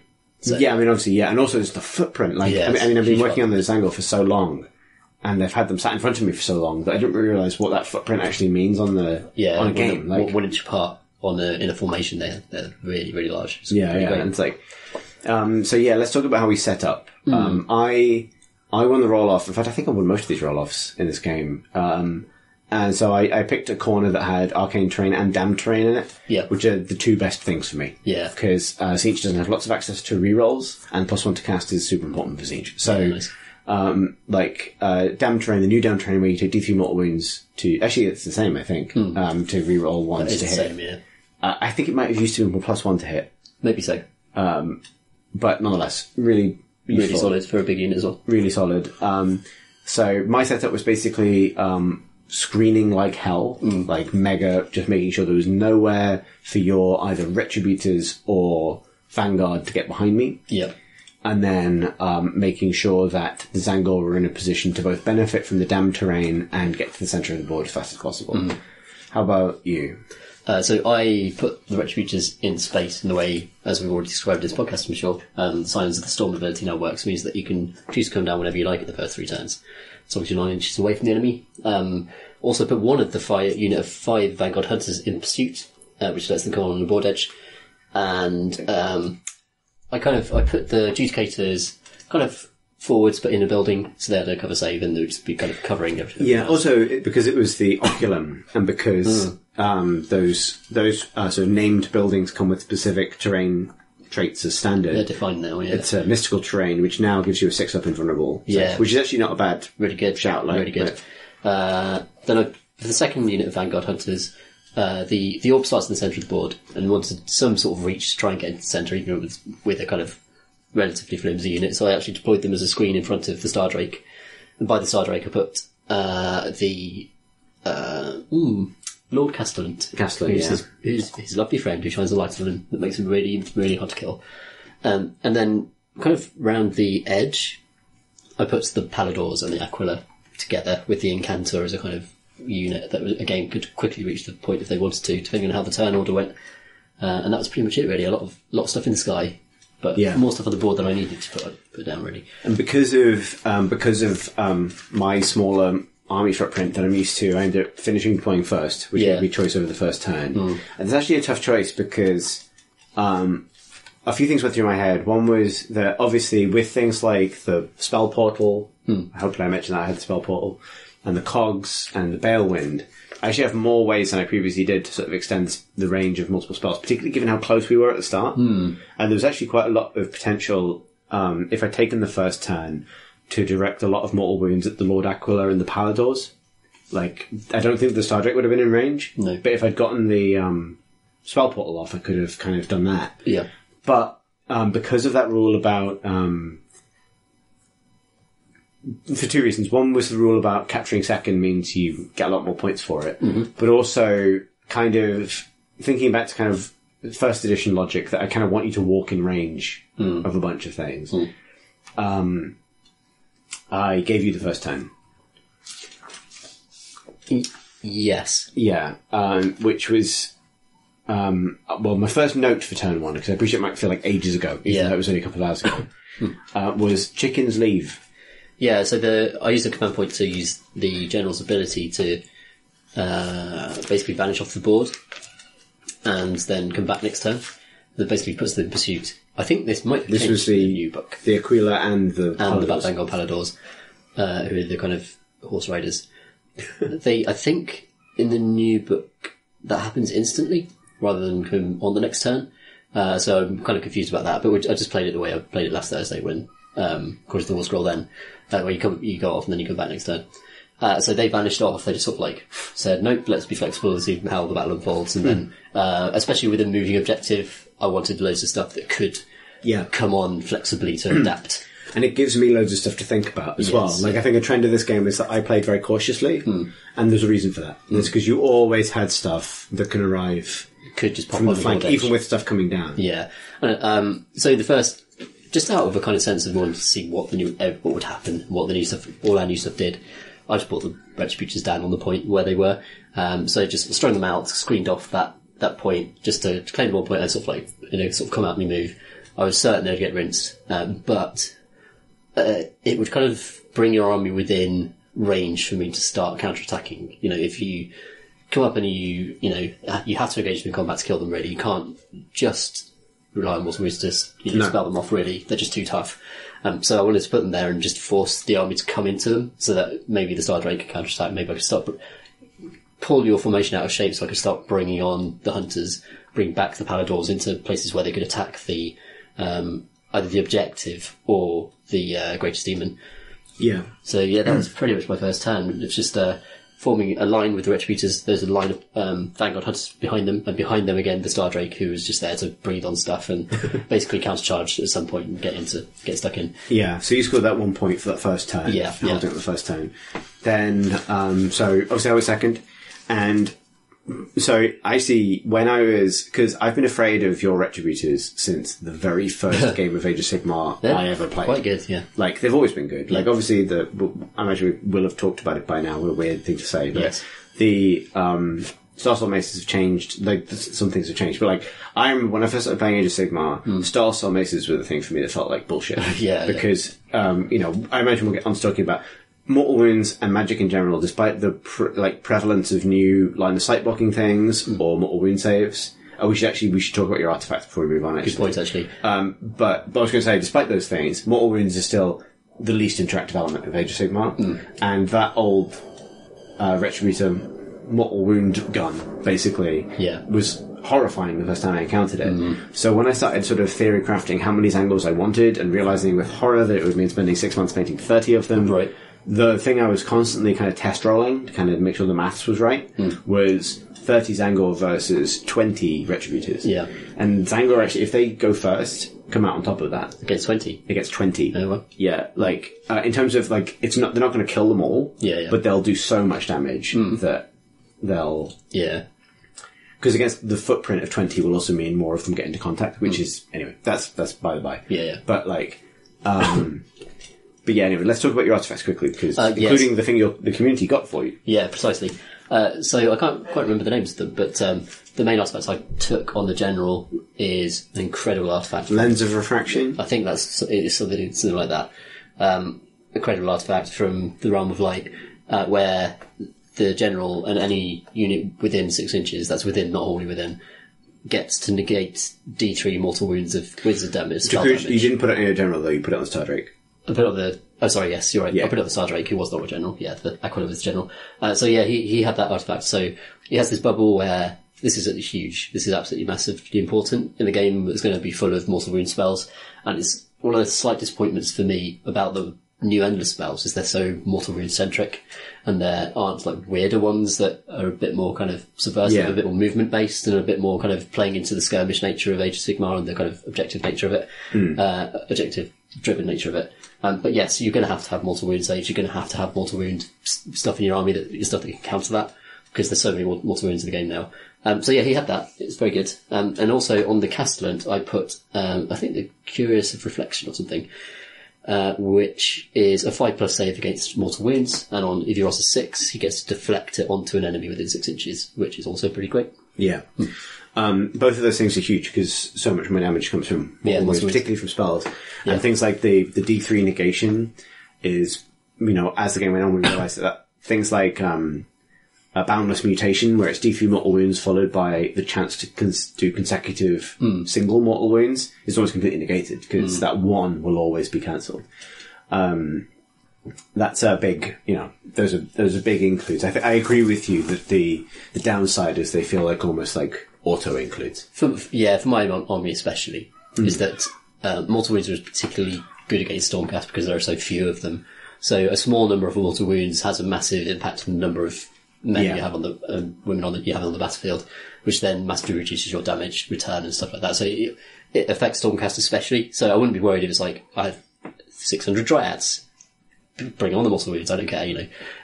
Horde armies, you know, they take it very differently, but Stormcast specifically are very, very vulnerable to it. Yeah, which is an interesting part of our matchup, right? Like, it's why you just need to keep adding Lord Encounters before we get there. Knight Encounters, sorry. My first turn was kind of interesting because my spell phase was actually super cold. Like, obviously kind of going off, basically I managed to get the Gaunt Summoner up on a Bellwind Vortex, the new wholesome, non-nonsense Bellwind Vortex. Still good, but well pointed. Good, but kind of gave him a job for the entire game, but felt kind of worth the points, but not overpowered. Yeah. Like, good changes as well. One downside is that, like, and this is something we hit really quickly, is my hero phase was already, like, I feel like 2 things happened to my game in this game. One is that, so my hero phase was always very complicated. Yeah. And with the prevalence of new magic as the magic army, that means that, like, I have a lot more decisions to make. Which is partly like there's a lot more spells to cast, and like everyone can always cast a spell, and I finally realised that like heralds get to cast an extra spell if they cast on more than a 9, which was already always the case. That's not like a 2.0 change that we're complaining about. It's just I stopped not realising that was the case, basically. I read my own war scroll and realised that I'd been leaving that on the table the entire time. Yeah, that's pretty good. So, but also one of the reasons I was paying attention to that is because of fate points, which is how each summons now. which is super important. Like, now I want to be like previously, if I had a unit at the back that had nothing in range, there's no point rolling to cast. Yeah. But now there is, because if I successfully cast, even though there's no target for the spell, that's another point in the fate points bank for summoning. So I'm kind of methodically making sure I'm being as efficient as possible, because if I'm not, then I'm not gaining the benefit of all those extra points I'm being charged for all of my units, basically. Yeah, yeah. Like, I need to be earning those summoning points and getting that stuff moving. Because there's sort of subtleties to that system, like, you can't summon at all unless you have 5 fate points in the bank. Right. So even with the splitting rule, if you haven't been casting spells, splitting doesn't work. Okay. At all. You bank the blue horror points for future use. But they don't count. But you can't use them until you have 5. Like, so if you have, I imagine we would have spoken about this already, but let's say, even if I have 20 blue horror points in the bank, if I don't have 5 fate points, which again, I can't access them. Sure. So, like, there's loads of, like, I need to be doing this, but it's a very much like, I'm suddenly playing a resource management game by myself, basically. But that's kind of on top of the resource management that you're doing with Destiny dice. Yes, so exactly. You're kind of managing several resource and also command points. Like, there's all these kind of pools of resource that you right. Like, it's an interesting thing for Tzeentch now that, like, because I have the Tzeentch dice, and I previously only ever used the gold ones. The Tzeentch dice set comes with 9 gold dice and 9 blue dice. Yeah. And I previously used the gold dice with Destiny dice, and that was it. Now I use the 9 gold dice as my Destiny dice. I use the blue dice to count fate points, and I have another set of dice to count command points. And all of those things do crossover similar things. Yeah, yeah. And so there's a lot of, it's gratifying strategically. Like, there's an interesting thing you're manipulating there, because if you as not to stick your head, but like, pink horrors can just vanish like click your fingers, right? Yeah. Like, I don't think there's a 200 point unit in the game that can potentially die faster, short of certain heroes. Really odd unit. Like, I mean, they've always been a weird unit, but now they're super weird. Like, you're paying 200 points potentially for 50 wounds, which is incredible, except that might just not happen. Yeah, depending on how everything pans out. Like, it's very Tzeentchy. It's like, you've got all these weird elements. Anyway, skip ahead. I was really excited that you put the retributors down. And I know you did that because it was a cinematic decision, and I respect that, and I think I made some cinematic decisions later on. Sure. I think that's a good phrase for it. Yeah. Playing you just want to see the highlight reel. You want to see everyone crash into each other and just see what happens. Because it's like, while we were playing, we described your retributors as the wharf of your army. Right. They've been, as in Next Generation, Star Trek Next Generation, they've been there from the beginning. They are the toughest thing in your army traditionally. They're the thing I'm most afraid of. And therefore they are the barometer for the new villain, if that makes sense. Yeah. So, on my turn, like, my magic was actually really cold. Like, I did a few mortal wounds here and there, but, like, Geminids failed to cast. Like, lots of things that could have been quite important just failed to come off. I think I embowed something. You also, I did a Firestorm. Yeah. On a 9 or something. Yeah. With Lord of Change. Double 6 on the Incantor for the hero unbind. Yeah.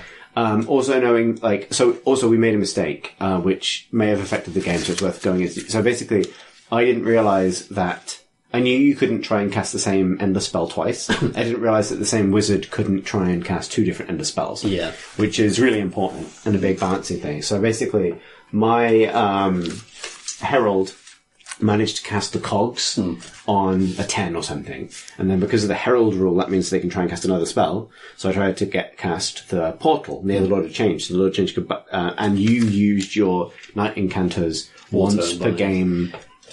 It just, I imagine it just like picking up a spirit flask and just shattering it on the ground, and then just like all the kind of magical energy on the battlefield just suddenly goes cold, and that thing just fritters out. I imagine it differently. I imagine it looking to the heavens and going, "Dad!" And Sigmar just goes, "No." Okay, no. Sigmar says no.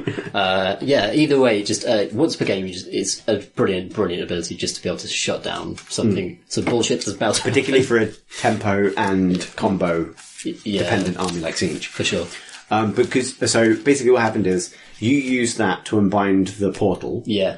When we realised that wasn't a legal spellcasting attempt, we kind of refunded your once per game unbind, but it ended up not affecting things for other reasons. There was murder. Yes, murder is often involved. And then, but after quite a cold, very cold magic phase, very cold combat phase, I then charged, and it's very new for me. Yeah, charged with 30 30 beastmen. They're very fast beastmen as well. Very fast beastmen because they can run and charge. Yeah. And didn't have to like use anything to kind of get them into that charge. No, they're just really independently good. And they are a lawnmower, basically. In a single round of combat, the Zangor killed every single Retributor. Yeah, there was no combat phase for the Retributors. Like, all of them died. Either from, like, even, we should mention the amazing horror shooting that managed to take out the... the amazing Brimstone horror shooting. This is rerun the clock a bit. So, using new summoning rules, Ogre Thaumaturge casts a fire blast at the Retributors. It does a single mortal wound out of D6, which is very disappointing. Yes. But because summoning is now free, that mortal wound creates a single Brimstone horror, which is then sat behind the Retributors. Between them and the Vanguard Hunters. Yeah, kind of pinning both units, basically. I wanted to make sure they were both engaged. Yeah. And then in the shooting phase, pink horror shooting does basically nothing. Yeah. But a few models had taken mortal wounds, and you had, I think, mistakenly assigned some of those mortal wounds to the Prime. Yeah, that's stupid of me. To the Retributor Prime. Yeah. The Brimstone Horror, the single Brimstone Horror, well, I guess pair, but you know what I mean? He was only in range though, wasn't he? Yeah. To actually do this attack. Flings 2 5-up, 4-up shooting attacks. 5-up, 5-up, shooting attacks at the Retributors, and inexplicably gets a single wound through and kills the Retributor Prime. Yeah. Which is headshot. The most ignominious death I can imagine. It's amazing. Yeah, it was really amazing. But yeah, the Zangos just ripped those. And I was getting stuff wrong. I wasn't actually rolling enough attacks. Like, it was... They get a lot of attacks. Because they get a lot of attacks from being 30. Like, that is a unit that when they're on fire at the start of the game, they are really scary. Yeah, they're really, really good. The Retributors have always suffered from having a 4+ save, whereas a lot of kind of heroes and other units in the Stormcast army have a 3+, and Stormcast are their saves pretty much. That's really what makes them I think it's really interesting. Work as an elite army. Is that when you encounter stuff with Rend and when you encounter mortal wounds, that is when they just flake apart. The crucial thing for me is like those Zangor great weapons, which have -1 rend and 2 damage. Yeah, that's really just nice. a little tweak. Really like nice. I don't have very much access to renders each, almost none. But the slightest bit of Rend has a huge effect on Stormcast. Yeah, sure. and 2 damage as well. Yeah, suddenly really that's nice. That's one Stormcast dead for every one of those. Not Retributors, but like... Well, true, yeah. So Retributors are 3 wins, but even then, just cumulatively, with having, was it like 5 attacks? From I think they did like 16 damage. It's huge. They're really, really effective. And and that was sort of, obviously a cool moment for me, because I was having just spent 6 months painting them. Fuckers. I was sort of expecting them to I was expecting them to die immediately. So it was nice for them to get their moment. But really interesting sort of, like the maths of that, like the way that the Zangor sort of overburden your ability to rely on that save. I think maybe for stuff that we'll probably end up talking about, it's really interesting. I think you're completely right. I think Stormcast are defined by their saves and things that can trigger off their saves. Yeah. I think Siege is defined by their ability to battle mortal wounds, and the fact that those systems don't talk to each other is the reason that our battles are sometimes a bit weird. Yeah. Like, literally it's that, right? Yeah. Like, it's the fact that, like, if every army boils down to, like, you know, you could say that an Ironjaw's army boils down to speed in some ways. It's like, it's in your face straight away. That talks to the fact that you have a save, even if you don't want to be relying on it in turn 1. Yeah. But for me, it's like, when my spells go right, people go space. Yeah, that's it. There's no kind of, the other person isn't involved in what's going on there. Interesting. So that was basically like just a big strong charge, and that meant that I held the central objective at the end of my turn because the Zangor's gotten on top of it and killed all the Retributors, which meant 3 points for me, putting me in the lead. And then the ball was very silly because of your incredible rolls. It was very good. So if you roll, like, is it a 1 or a 6? It keeps on moving. So it's 1 to 3 and 4 to 6 determine the direction. Yeah. And then on a 1 or a 6, you roll again. So I rolled 4 consecutive ones, I think. It was like a 1, 1, 6, 6 or something like that. It did a lap of the board, then went back to where it started, and then moved again back to the first place it had gone to. Yes, exactly. So it did a massive like spiraling loop of the battlefield, and then ended up in a place that was pretty useful for me, to be honest. It was although bizarrely it ended up basically where your Aquila and Paldos had been standing. For sure. They had just not done. When they came back on, they came back in the same place. It's like they went off to get a McDonald's. They came back because they saw the objective was there. Yeah. However, I won the roll-off. Yes. And in this turn I took the double turn. Yeah. And definitely the right decision. this was the right decision, and it led to... I had very hot roll-offs in this game, actually. And this led to, I think, a very passive hour for you, and I appreciate it. Yeah, it's a lot of process. And I don't dislike what Tzeentch does in terms of... I think it's balanced and I think it's correct as how the army should be doing stuff. Like, it should be amazing at magic. It should be... Just everything should be casting spells all the time, even if it's at nothing, which is literally how the Tzeentch army works now, just to get those points.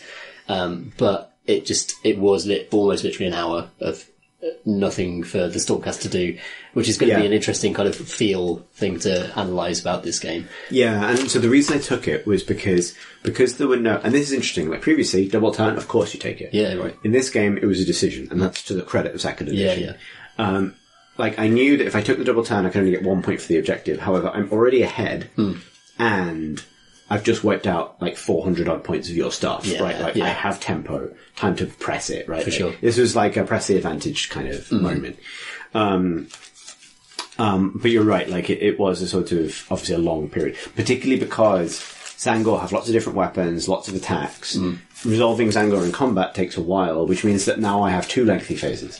I've gone from having 1 long hero phase, and everything else is just kind of nonsense. It's kind of 3 lengthy phases, because actually almost everything in your army can shoot to some extent, whether it's with Although banner this, or whether it's with points arrows. changes, I don't have anywhere near as much shooting as I used to. Okay. Like, it was like 4 units, and it's always just like a bunch of 4-ups. But that's still like 20 dice for the horrors. It's still like, and again, it's not an interactive phase. It's not an interactive phase really shooting. You roll some saves, but that's it really. Whereas combat phases combat phase is brilliant. I love the combat phase in AOS. I love the you go, I go, picking activations. Yeah. It's my favourite thing about the whole game actually, like apart from movement. I'm glad to be more involved in it now. Yeah, it's those big decisions about whether you activate this crucial unit here and choose to take damage somewhere else is really cool. And actually, yeah, it makes me want to play something like, what's the World War II game? Bot action. Yeah, bot action, because all the phases are like that in bot action. Yeah, So, you're right. Yeah, in a sense, getting double turned by Tzeentch is just make a cup of tea, basically, or fetch a beer, as I did. Yeah, indeed. So, basically, with my double turn, again, like, actually, the effect of that, so I got a bunch of stuff done with spells. Like, I got the Geminids out and moved them so they passed across the Vanguard Hunters and your Knight Incantor. Yeah. Geminids do, each of the Geminids is one from the normal shadow and one from the normal light. Each of them does D3 mortal wounds. The light one reduces your hit, to hit by 1, and the shadow one reduces your attacks by 1. They're amazing. They're so really good. Yeah, they're really, really good. But also terrifying to have them thrown back against you, which is kind of interesting. Yeah. It, like, if they had been in play, like, if I hadn't failed to cast them on the first turn, I probably wouldn't have taken that double turn. So you didn't want to come back on your Zangor, right? Yeah, because back on the Zangor, suddenly I'm really boned. Yeah. Like, we should stress, the Zangor managed to wipe out the Retributors, despite the fact that under the new Sign of the Storm rules, when the Stormcast unit comes down from space, it's -1 to hit. Right. And the only reason that worked is because I'd used the damn terrain in my own territory to give myself rerolls. Yeah. Like, that was 2 systems fighting each other and just about coming out in the wash. But I like that. Yeah. To me, that's like that's an exciting interaction between, that creates a scene. The odds, yeah. It creates a scene. You can see the Stormcast coming down, the crackling of the electricity, there's a haze of, Sigmarite energy around them that's making it hard for enemies to push through. But the Zangor, in a very chaos move, have just fed one of their number to this edifice of evil, and then they've all become empowered by the sort of strange magical energies, and then those two things clash in this environment, and that creates a scene. That creates a really cool. And there's this really nice moment of because that moment of deployment for the Retributors is previously been such a hero move. They're hitting an enemy that doesn't care, that will just sort of fight through. And I love the fact that Zangor look bestial, but they're super smart. They're really very good fighters. Like, they're not fucking about. Like, they are high. They can go toe to toe with the Stormcast. It's like a really nice moment of oh shit. Yeah. Right? And also the Retributors just they're quite plodding and dutiful. That's always their thing. So they're just they know they know death is about to happen, but they're just hoping for the chance to strike back, but it never comes because they just get overwhelmed and rushed down by strange magical bolts coming from a tiny green fucking fireman and a tiny green fireman. a tiny green fireman.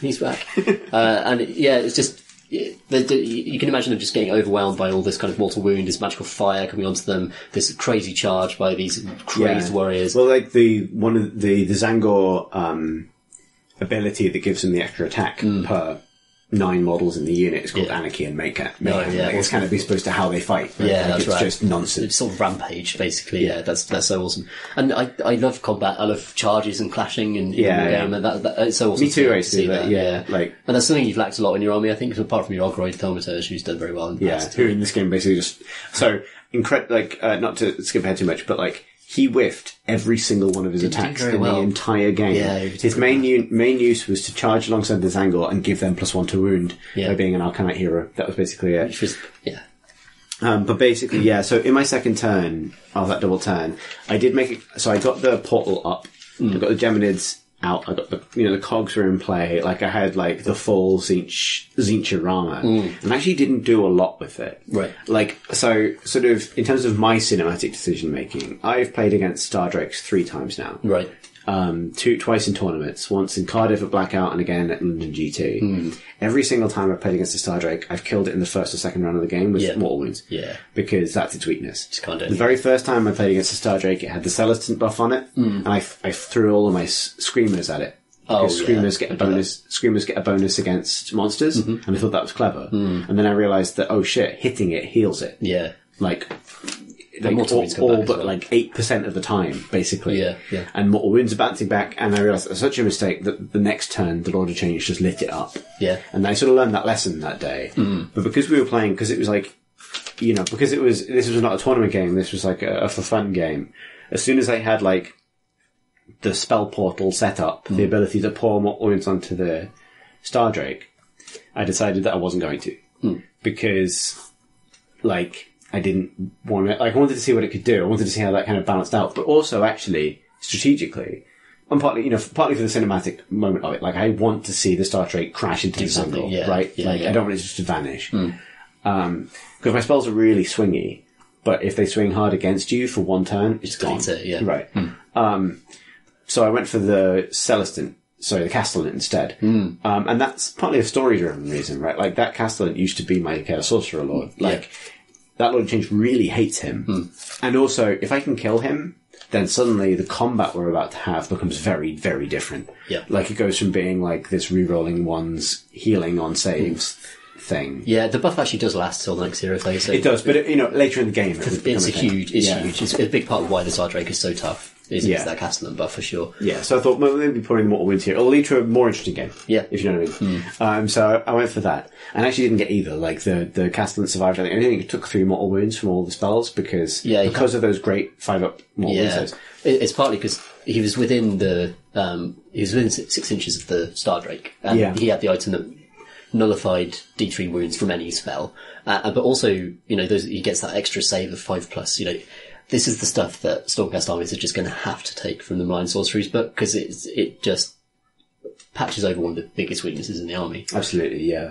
And that was huge. That's the only reason the Castellan survived that turn, really, because I think he shouldn't. Like, if a Lord of Change casts all of its spells at you, and you're a 6-wound hero, you should die. Yeah. Like, a 16-wound monster, it's a toss-up.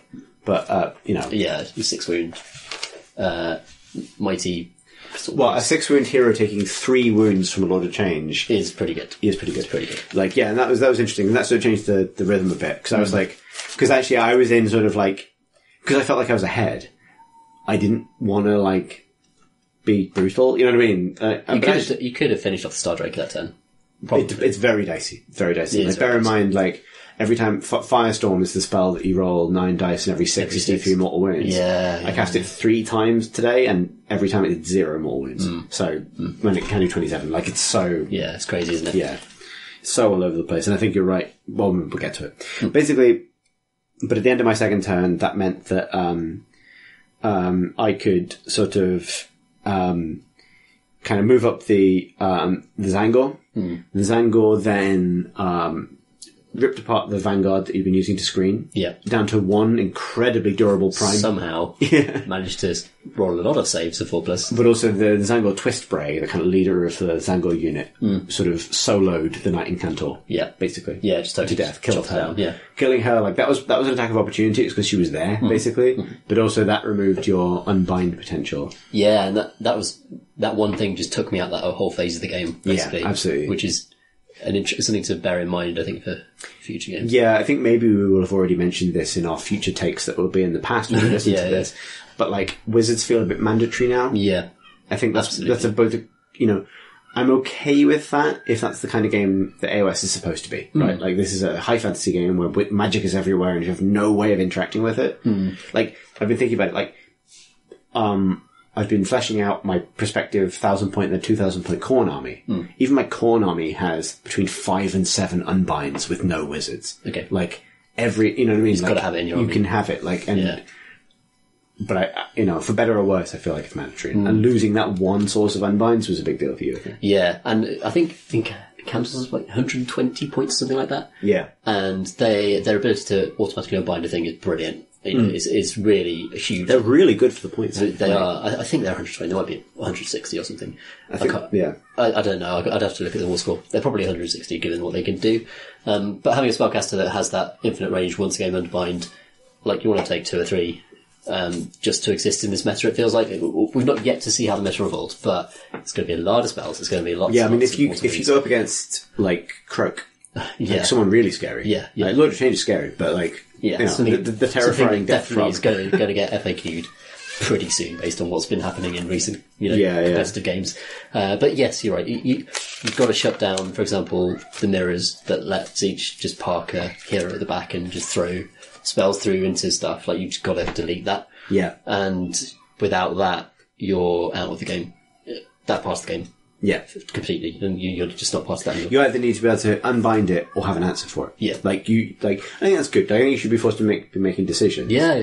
But, like, I mean, I guess we've spoken about it in the past that, like, the hero phase has always felt uninteractive. And I think one way of making it more interactive is to say that, like, this stuff is just a force to be reckoned with in the game. And so you either have to account for it in the hero phase with other wizards, unbinds, artifacts, whatever form that takes. Yeah. Or you need units that can deal with it in a different phase.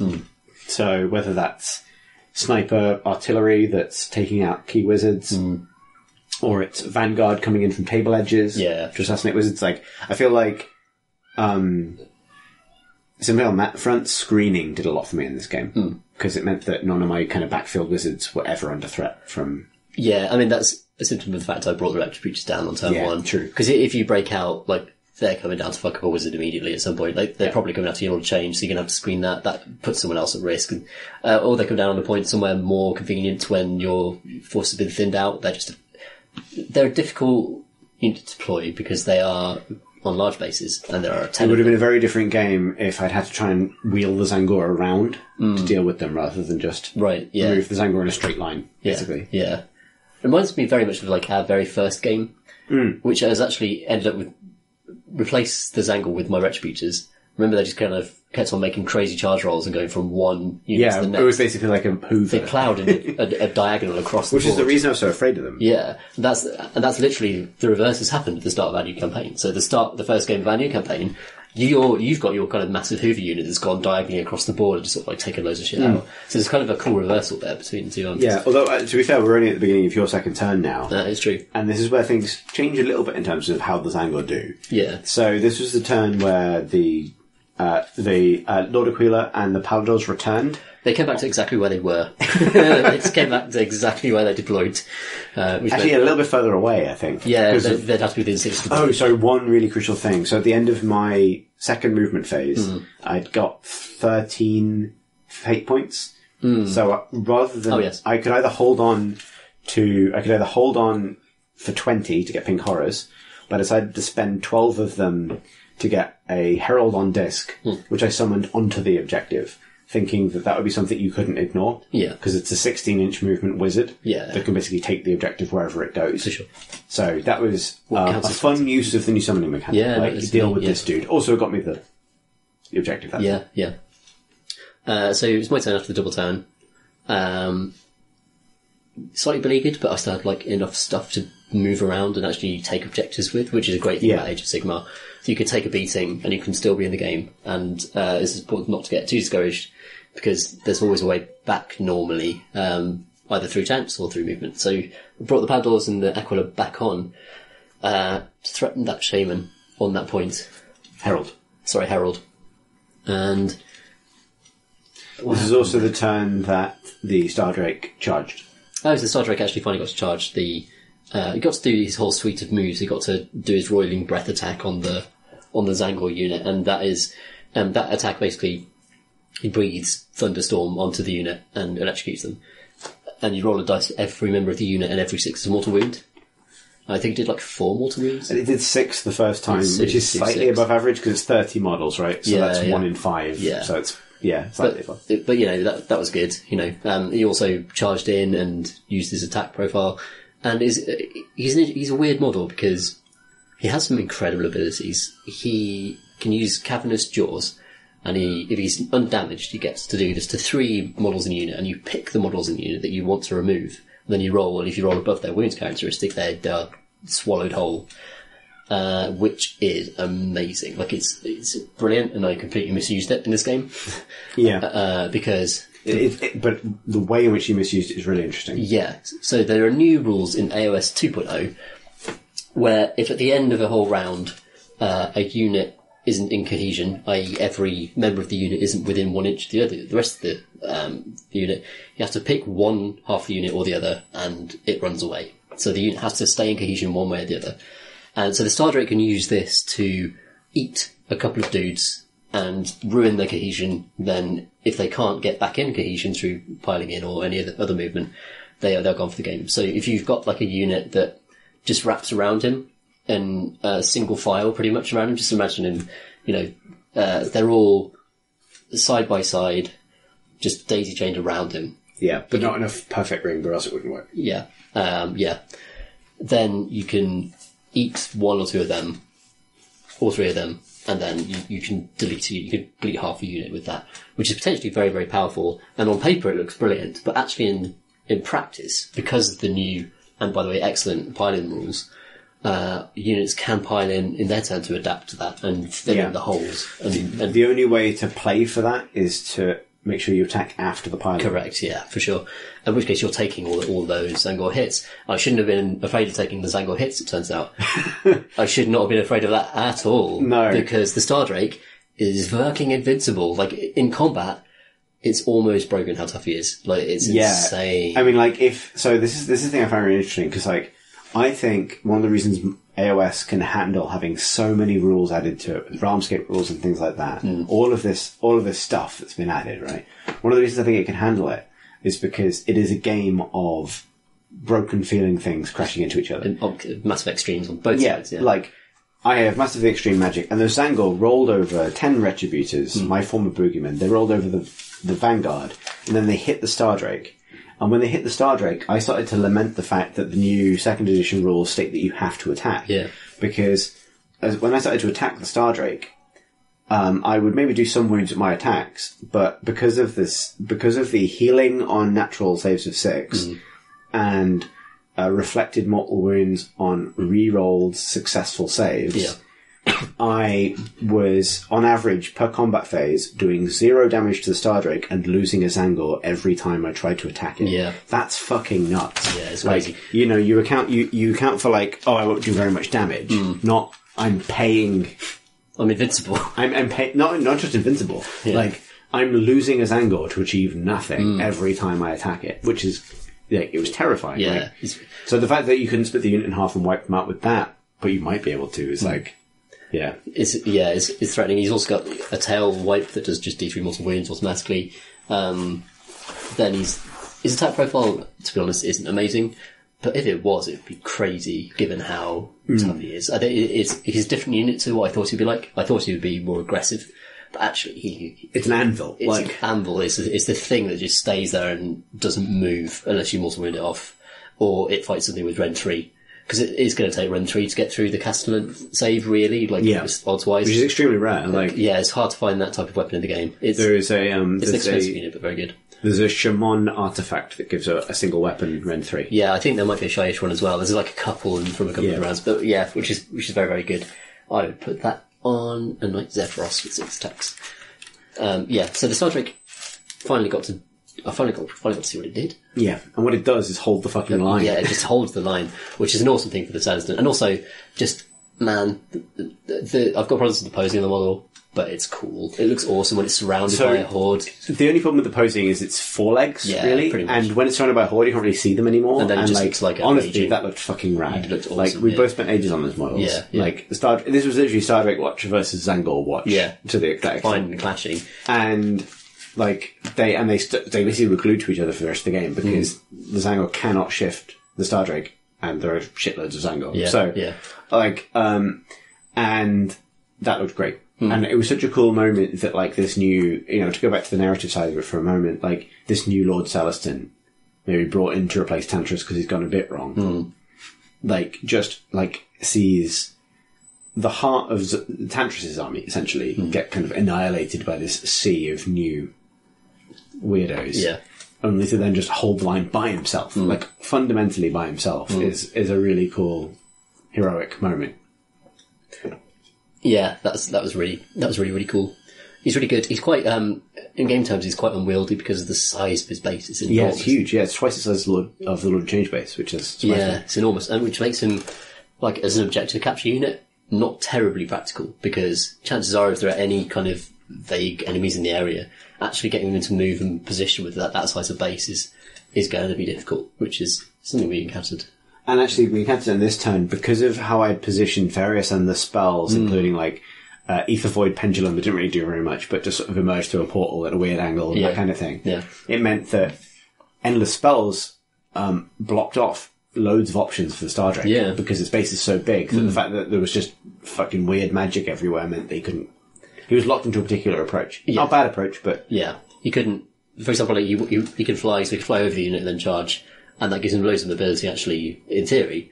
But when, you have to fit a giant base between lots of other bases, suddenly you couldn't do stuff. Well, you were talking about trying to fly over a 30-strong unit of 30 toolmill bases, which is, like, really deep unit, and lots of other spells kind of dotted around, became suddenly a lot more difficult. Yeah, he's got, I think, a 12-inch move, and then a charge on top of that, and being able to fly in the game is really strong, which is why the new Night Haunts, I think, is going to be really good, because they can all fly. Yeah. It's one of the reasons Legion of Asgore, Chaos Dwarves, are good now. Have you seen their ability? No. If you can fly, you just take more wounds when you fly, because the sky on top of them is on fire. Oh shit, that's crazy. Yeah. Interesting. It's like if you fly above a certain speed. If you fly slowly, you're fine. That's really interesting. It's one of the Akshi rules, like it's one of the rules for Akshi, but they have it all the time. Because that's where they're from. That's really cool. Yeah. So I wanted to fly that. The charge I wanted to do was to fly around the corner of the Zangor and position my Star Drake close to the objective where it had moved. The good thing about a large base is that you can tag an objective with it if you really want to. And he's worth 20 people because he has the artifact. Couldn't do that, so I had to just go directly into them and just grind it out. That was lucky for me. That was accidental, but it sort of shows what's possible with positioning under spells and that kind of thing. Yeah, so endless spells are interesting because it's not quite clear in the rules, like, whether the bases exist or not, you know what I mean? They're not like a unit where you can't go within 3 inches and then charge, but they definitely are a factor. And I don't think it's... They are a unit, that's the thing. Okay. They're just not targetable for the same thing. So can you not go within 3 inches if they're... No, you can go within 3 inches of them. Right. It's just that, like, they have to be able to complete a move in order to do a move, if that makes sense. Okay, yeah. So, yeah, there's going to be some interesting edge cases, I think, where that movement and that blocking off... I mean, to be honest, for example, there isn't a spell that is just a bunch of chains that slow people down, and you deploy 3 of them within a certain range of each other, and I think that would be really legit after coming into this, having this problem with the Star Drake. If you're pushing around a big individual hero, or you're pushing around a big unit of stuff, they're going to be a nightmare. Yeah, those changes in front of my Sangor would really fuck me up. And also the new kind of wall of light that you can do as part of the end of spells, that would be really useful against Sangor as well. I think the really cool thing is that, like, there feels like there's, like, lots of tools in the toolbox to deal with stuff that feels, quote unquote, kind of busted by itself, if that makes sense. It's like, rather than just like, okay, there's nothing I can do about this, it's like, these artifacts or this spell could potentially... Yeah, you can sort of You can fight it to an extent. To card game terminology, you can tech for stuff, which is kind of interesting. Like, yeah. But I mean, the nature of the game is that with 2,000 points, you can't tech for everything. So it's like, where do you leave the holes in your army? Which is how it should be. And particularly at the beginning of the campaign. Yeah. Start to tech for each other's kind of nonsense, that's part of the interesting kind of meta of our own one-on-one matchup. Yeah. You were able to do a lot of damage to the Zangler in that turn, but I used my 1 banked command point Inspiring Presence. to Inspiring Presence them in the Battle Shock phase. Yeah, excellent use which is great, which is exactly how that should work. Yeah, that's really neat. The Lord of Change just yells at them, I suppose. Stop it. Yeah, stop being such... It's only a massive... Although, actually, that turn was also the turn that you used your command point, because you rolled... So I managed to re-roll some 1s into 1s quite a lot in this game with my re-rolls, because that's what I do. Yeah. You rolled 2 2s for a charge, a 9-inch charge from your Paladors. Used your command point to re-roll it. Yeah. 7-inch charge, sorry. Yeah. Used your command point to re-roll it, and re-rolled it into a 3. Yeah. Sad time for the Paladors. At least my Lord Aquila. Made it in and killed my Herald. My free Herald, but kill my Herald and capture that point for you as well. Yeah, the power level of those units is really odd, and I'm still figuring out what the Paladors and the Lord Aquila are really kind of for.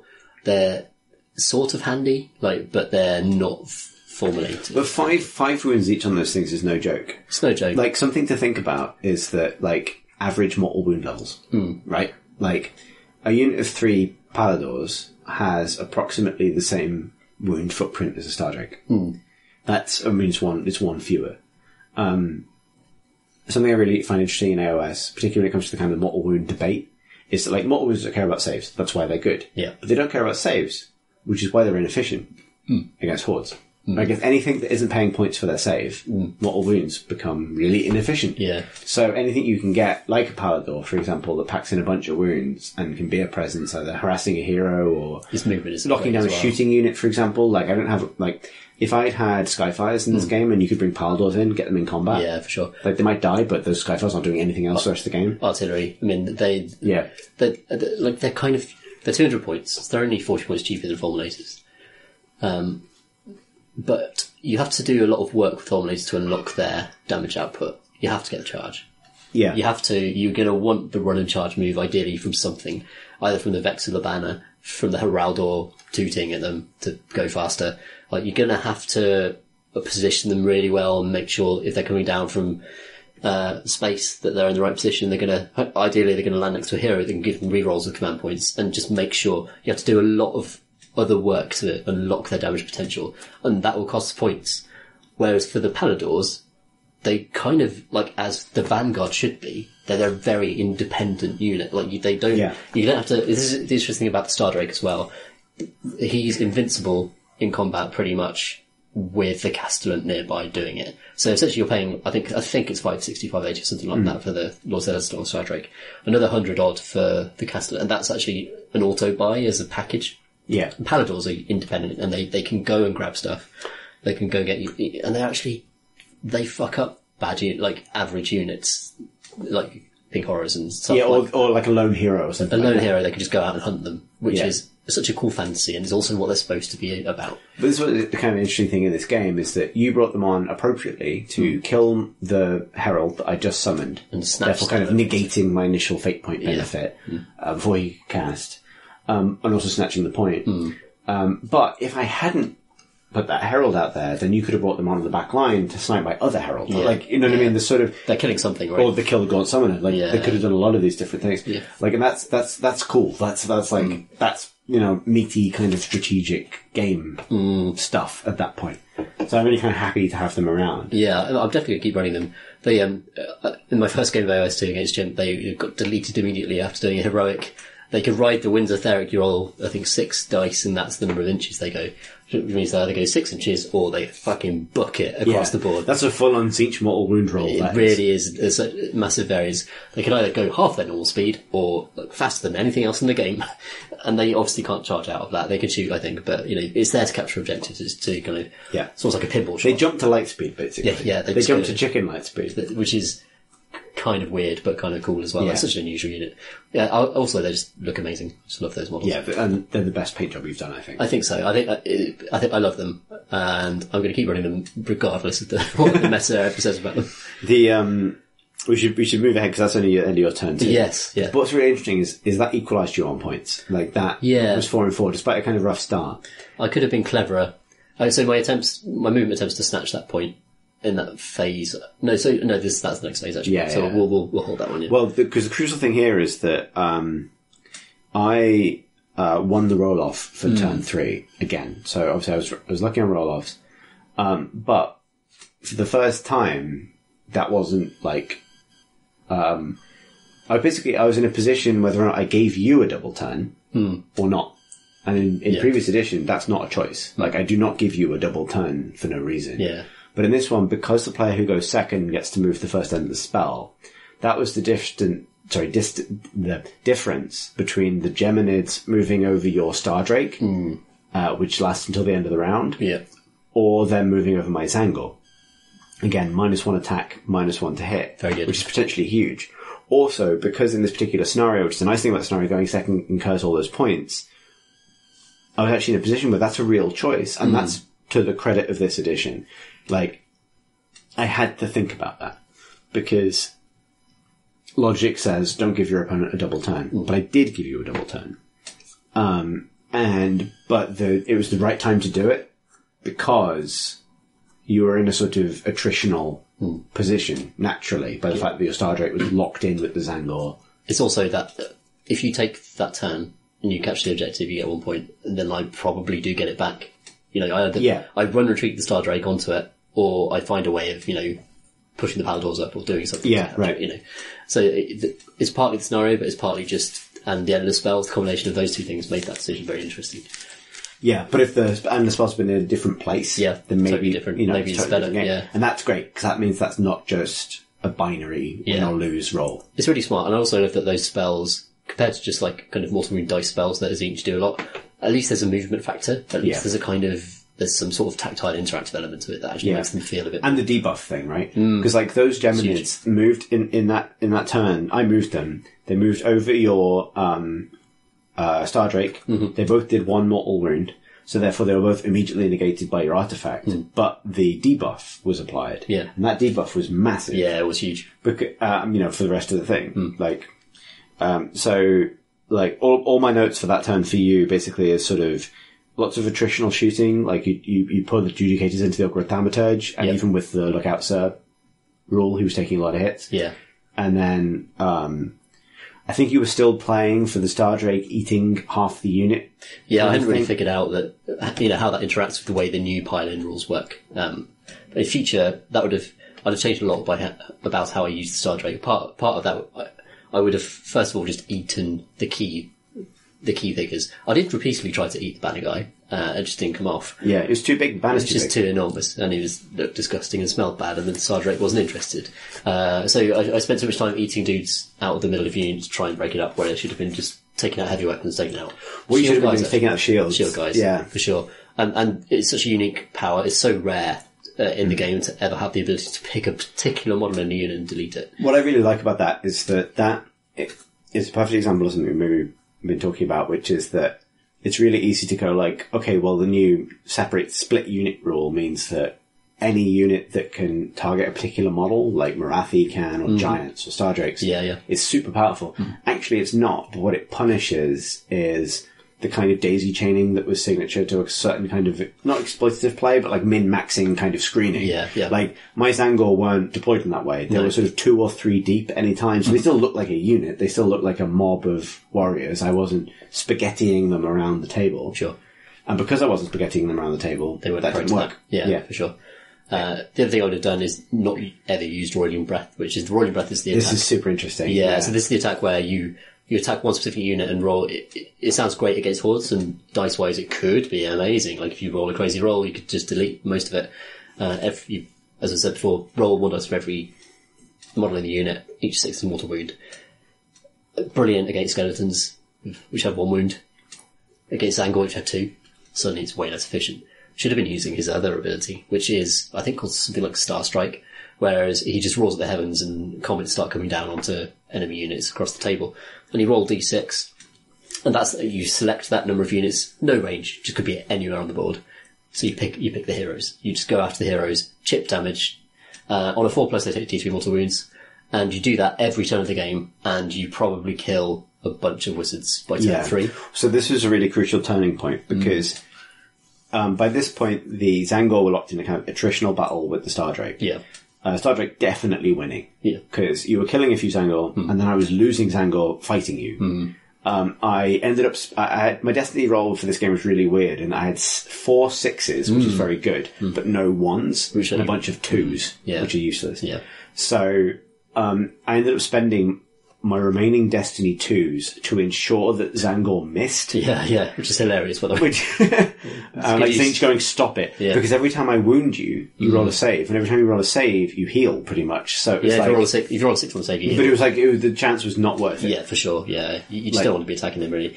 And I should have clocked earlier that stalemate didn't need the shooting attack. I didn't need to break the stalemate. I would have stayed in it, whatever. And I could have been using the Stardrake to be doing an extra couple of wounds on you. I would say that, like, I think the 2 things that hurt you in this game, one was the Retributions coming down, and that was a cinematic decision that I would defend because it was exciting. It's pretty fun. Yeah, and that's, like, it's really easy to get into the lens of, let's only talk about hyper-competitive. Yeah. Sometimes you want to see the cool thing happen. For sure. That was a cool moment. The other thing was that, like, there's the concept of, like, the distraction unit, right? Like, the Zangor went from being a murder machine to being a very effective distraction unit, because the Stardrake really wanted to kill them. And it's sort of almost flavorful that the Stardrake was then like, fuck all these guys, and using your crazy mortal wound range stuff on them. But what this meant was that because every other time I've encountered a Stardrake, it's been the D3 mortal wounds on a shitload of units thing. And that really sucks, because it kills heroes. Most siege heroes have 5 wounds. So 2 turns of that, and a lot of them are potentially, gone. Yeah, potentially. 3 turns, on average, most of them are gone. And just bumping the Lord of Change down a notch, so that a lot of his spells aren't as good. Really big deal is that the Lord of Change was on maximum efficiency the entire game. Like, never got bumped down.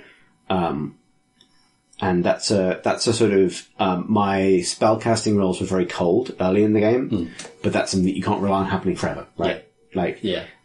So, maybe to move ahead a bit. So, I then got my 3rd turn after you'd gone. Rushed at the objective that your Lord Aquila had taken from you. Actually committed the Lord of Change to combat, committed some pink horrors to combat, and, managed to, grab that objective. So you'd taken the first turn, right? So you got 1 point back. Yeah. So you were then ahead by 1.5 to 4. Yeah. And then I moved the Lord of Change up, I moved my pink horrors up. The Lord of Change did a decent amount of wounds to the Lord Aquila in combat. Yeah, got down to 3 wounds. Yeah. And then, the pink horrors lost 6 of their number, fighting some Paladors just piled in. Yeah, and they did loads of damage to them. They're good against a particular type of unit, I think. Yeah. Particularly the Steeds, who they've got lots of random. It's a really interesting thing, right? Like, now that pink horrors are so expensive, like, the threat of a Palador unit is actually much quite greater, significant, right? Like, so those pink horrors, but nonetheless, getting that Lord of Change in range of the objective meant that Lord of Change counts as 20 models because it's a wizard. Yep. So that meant I could grab that objective back and pull ahead 7 to 5. And that was basically that turn for me. It was just more attritional combat between the Stardrake and the Zangor, and that key move up the side. At that point, the objective did a crazy move and basically flew up the Stardrake's ass. Yeah, it just went right up to where, just right underneath the base. Like, if you were worried about getting that massive base into range of that objective. Suddenly, there was no way for it not to be in range. Yeah.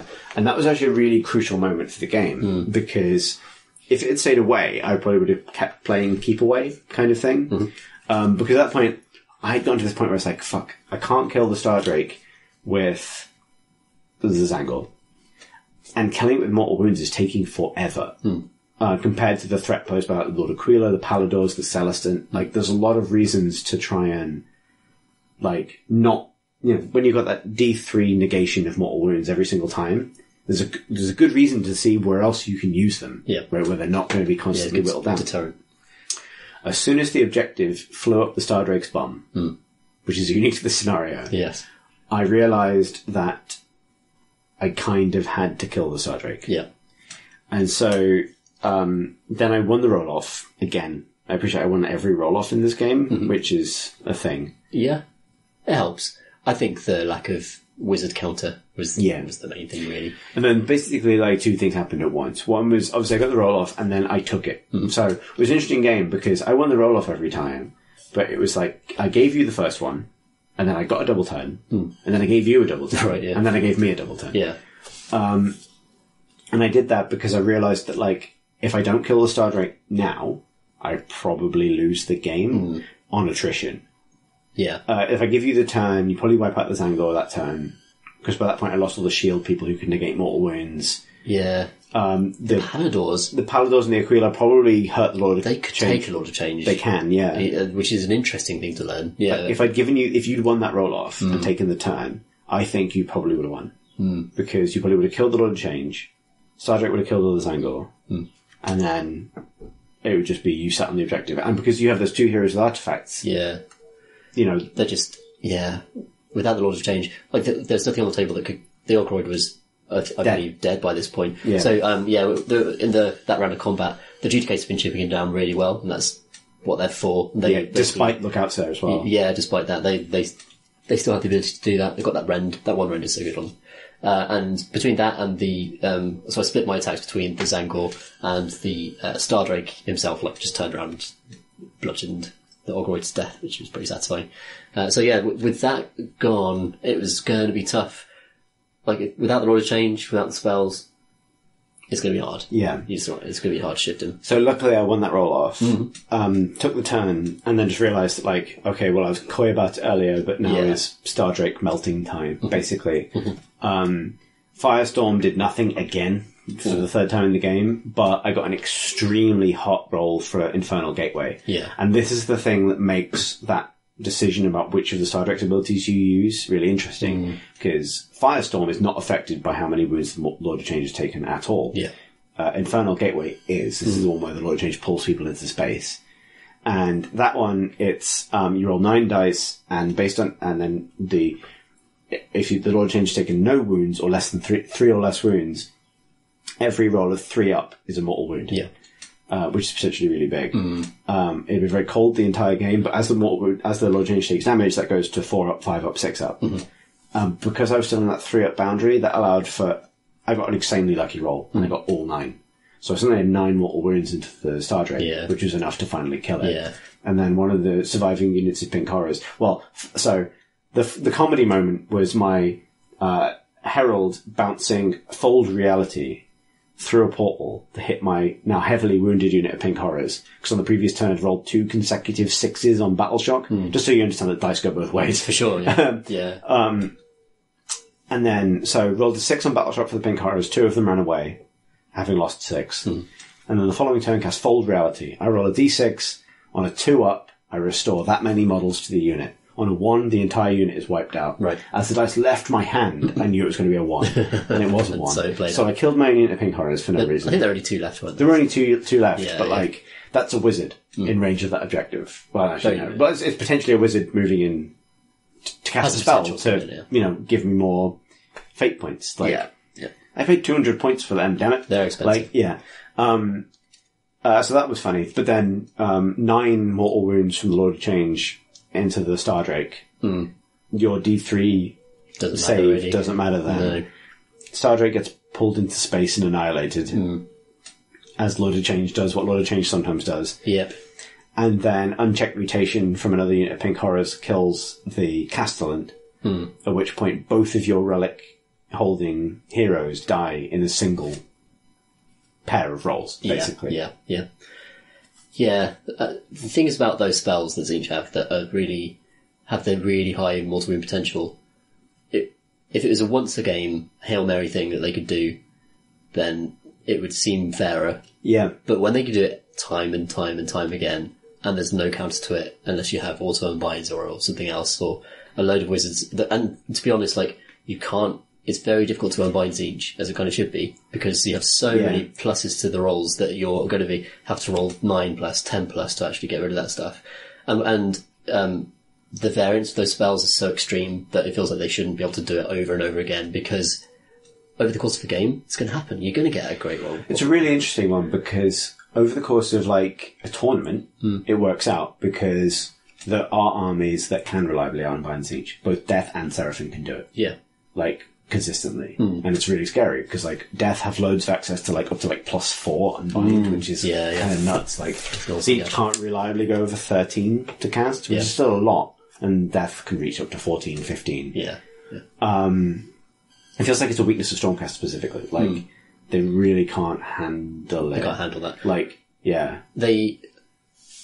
but anything, like, the fact that you, on one given roll, if those both those spells could have gone off to a high potential, you could have been doing, like, 20, 30 mortal wounds in one round. Yeah, so I've never seen Firestorm do more than 3 mortal wounds ever, but the potential is crazy. And that, I agree with you, that is... Because that ruins the game if it's that much. Yeah, you're right. Like, it's a really interesting one, because, like, on one hand, I've played a lot of games with this army, and I've seen swings every single different way, right? Like, I've played against armies that are incredible in a phase that I can't even touch them in, like Bone Splitters or something like that, where you can't.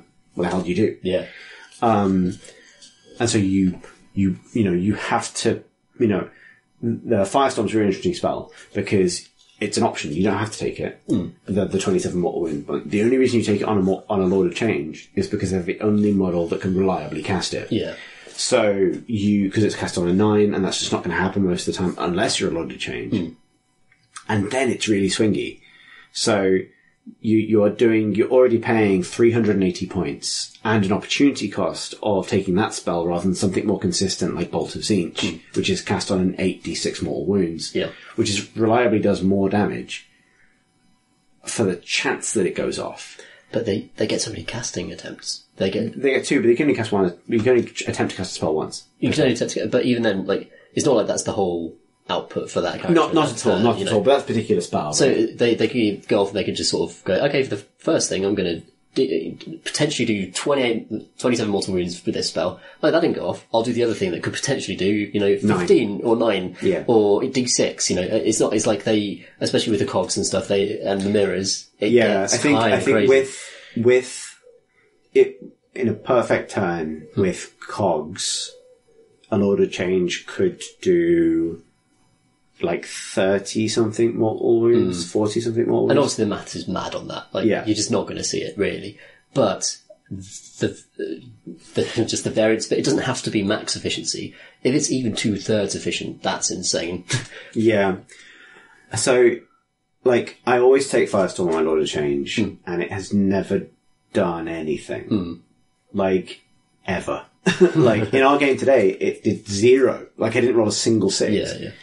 And that's against the odds, right? Like, but it's a throwaway cast when you've got those 3 casts on them. It is, but it's also a huge opportunity cost, because that's a spell I'm taking instead of something more consistent, right? Like, I'm making a decision there. And also, because I have a finite number of casts, like, I was running out of, obviously, like, so actually we should say, for the sake of the podcast, that after the Castellan and the Stardrake died, we called it. Oh, yeah. Because there was no, like, so that was then a win for me. Yeah. And it was off 2 lucky moments. One was winning the turn, and the second was one of the 2 Lord of Change spells. Just going off. Doing enough more wins. But you could have done that on turn 1 if you wanted. Possibly, or it could have whiffed it. Like, turn 3. Yeah. It feels like Tzeentch gets to delete that. Yeah, or that not. Character pretty much over the course. Probably not turn 1, based on the range requirements of stuff. Yeah, probably not. Yeah. Like, so I think I get, it's interesting to me. I get that it, especially with Destiny dice, feels you guarantee those casts. But I feel like with, you can guarantee those casts, sort of, but obviously auto unbinds exist. Like, that was an interesting thing in this game. Yeah. Like, I was committing Destiny 6s to casting attempts, knowing that you might then use your auto unbind, therefore wiping out not only the spell, but also part of my allegiance ability.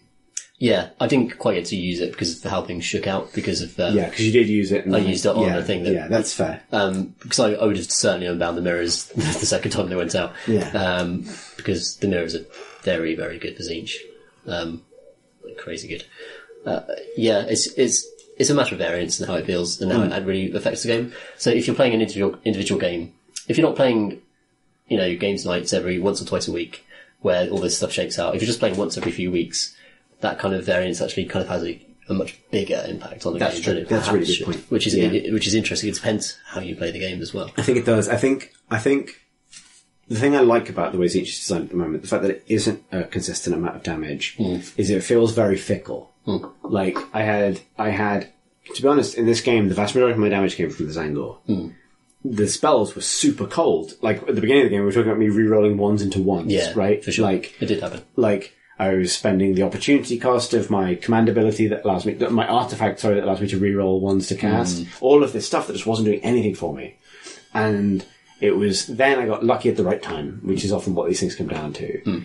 I feel like it's cool. I think it's cool that a loaded change is not a laser that fires a certain amount of damage over time. It's a time bomb. And the longer it's left alone, you know what I mean? More chances like this is why was important to me. Like if I had ended up wiping out the Star Drake with an insanely lucky Firestorm roll, where it's just number wang, then it always feels that way with each. That's the trouble. Yeah, but obviously, hindsight 2020. If those Star Drake mortal wound things had been chipping the load of change down over the course of the game, that final roll probably wouldn't have happened. And therefore, you've got that. I think for me, a lot of this stuff comes down to was there something to learn from it? And I think there was there, which is don't leave a load of change alone, whatever you do. Just do some damage to it. Do something to it. Have a plan to do whatever to it. Even if it means ignoring an objective to throw Paladors at it. Because you're right, the Paladors and the Aquila will kill it. Completely. Yeah, maybe not, but they would certainly do enough damage, I think, they get a guaranteed mortal wound out of the blade of the Prime. They do enough there's Rend 2 attacks on the chickens, 3 attacks each that are pretty good against, because that puts you up to a 6+ save, I think, on a Lord of Change. Yeah. Which is, so they are effective, and that's reasonable.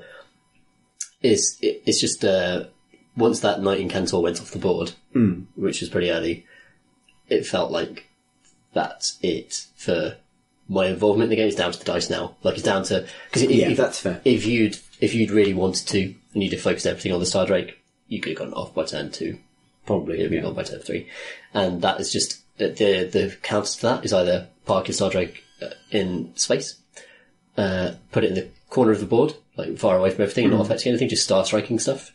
But I wanted to pilot, to do what it's supposed to do and get stuck in and be wrecking stuff up. This is something I've experienced with whenever I go up against a really shooty army, Cunning Rook was the perfect example of this, but Carriage Run or something like that, where it's it doesn't matter where I put my load of change, I'll never get to use this. It's going to die. It's never going to do anything. Yeah. I think it's something about AOS's design that means that certain things should have foils, and the Star Drake's mortal wounds, the load of changes is shooting, really. Load of change just doesn't like shooting at all.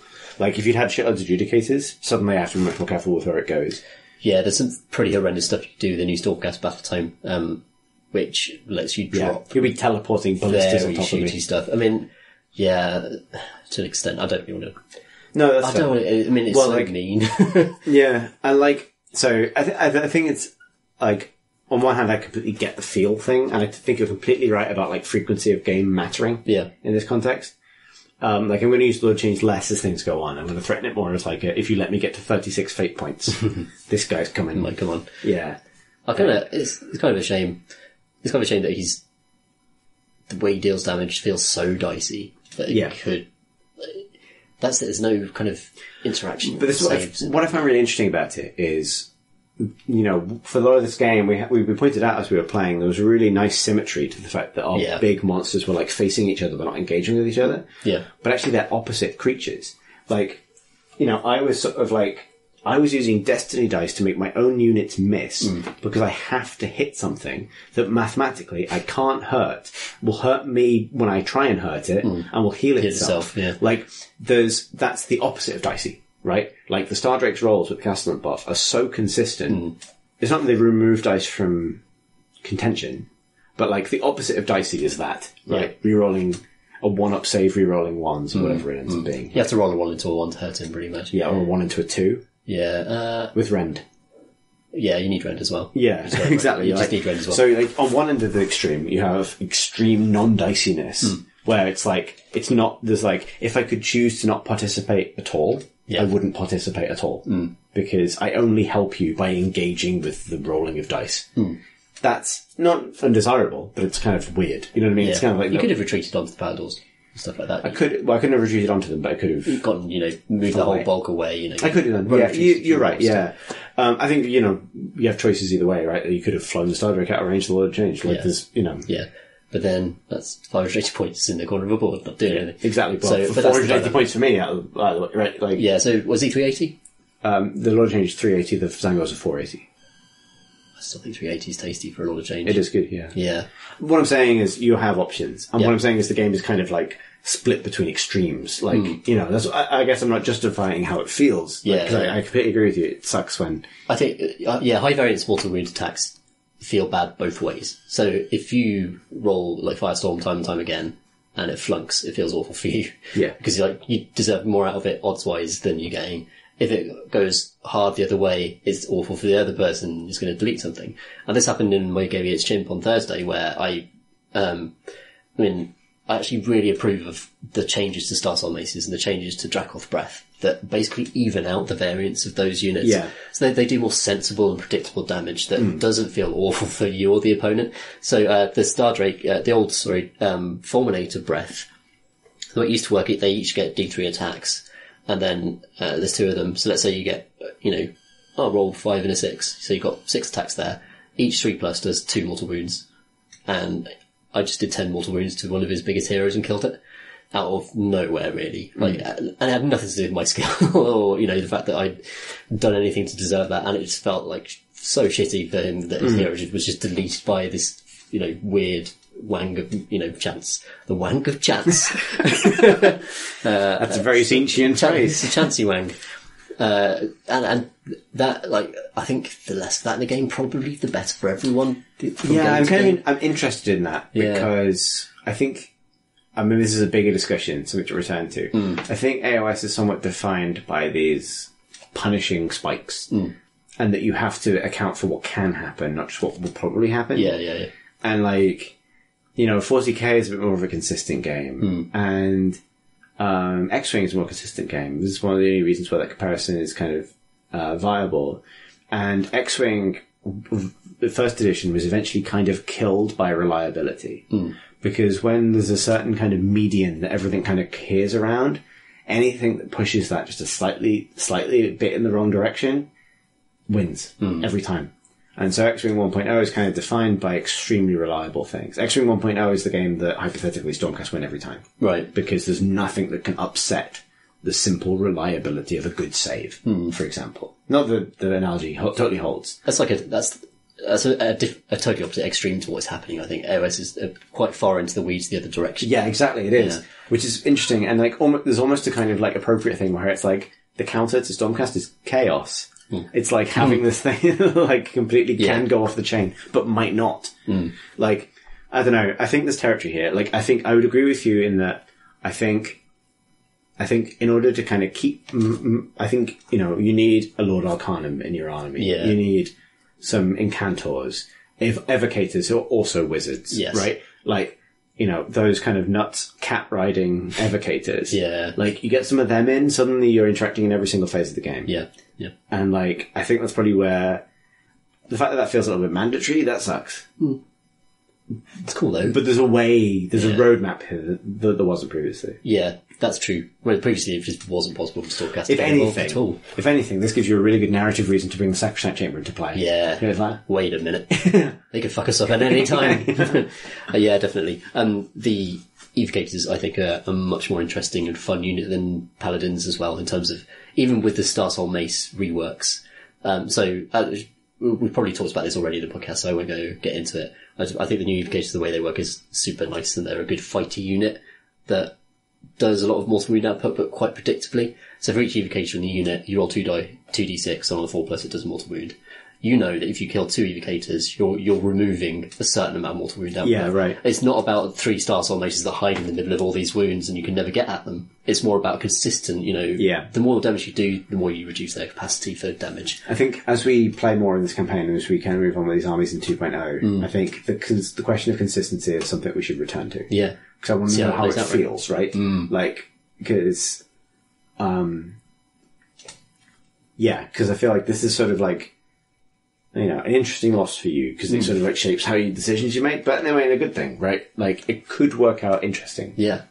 I mean, I still loved the kind of how it all played out. I love that the Aquila and the Paladors actually did something, were effective and proved a role in the army, which is, they certainly didn't in the last game when they got deleted, against Jim's amazing Flesh Eater Court's army.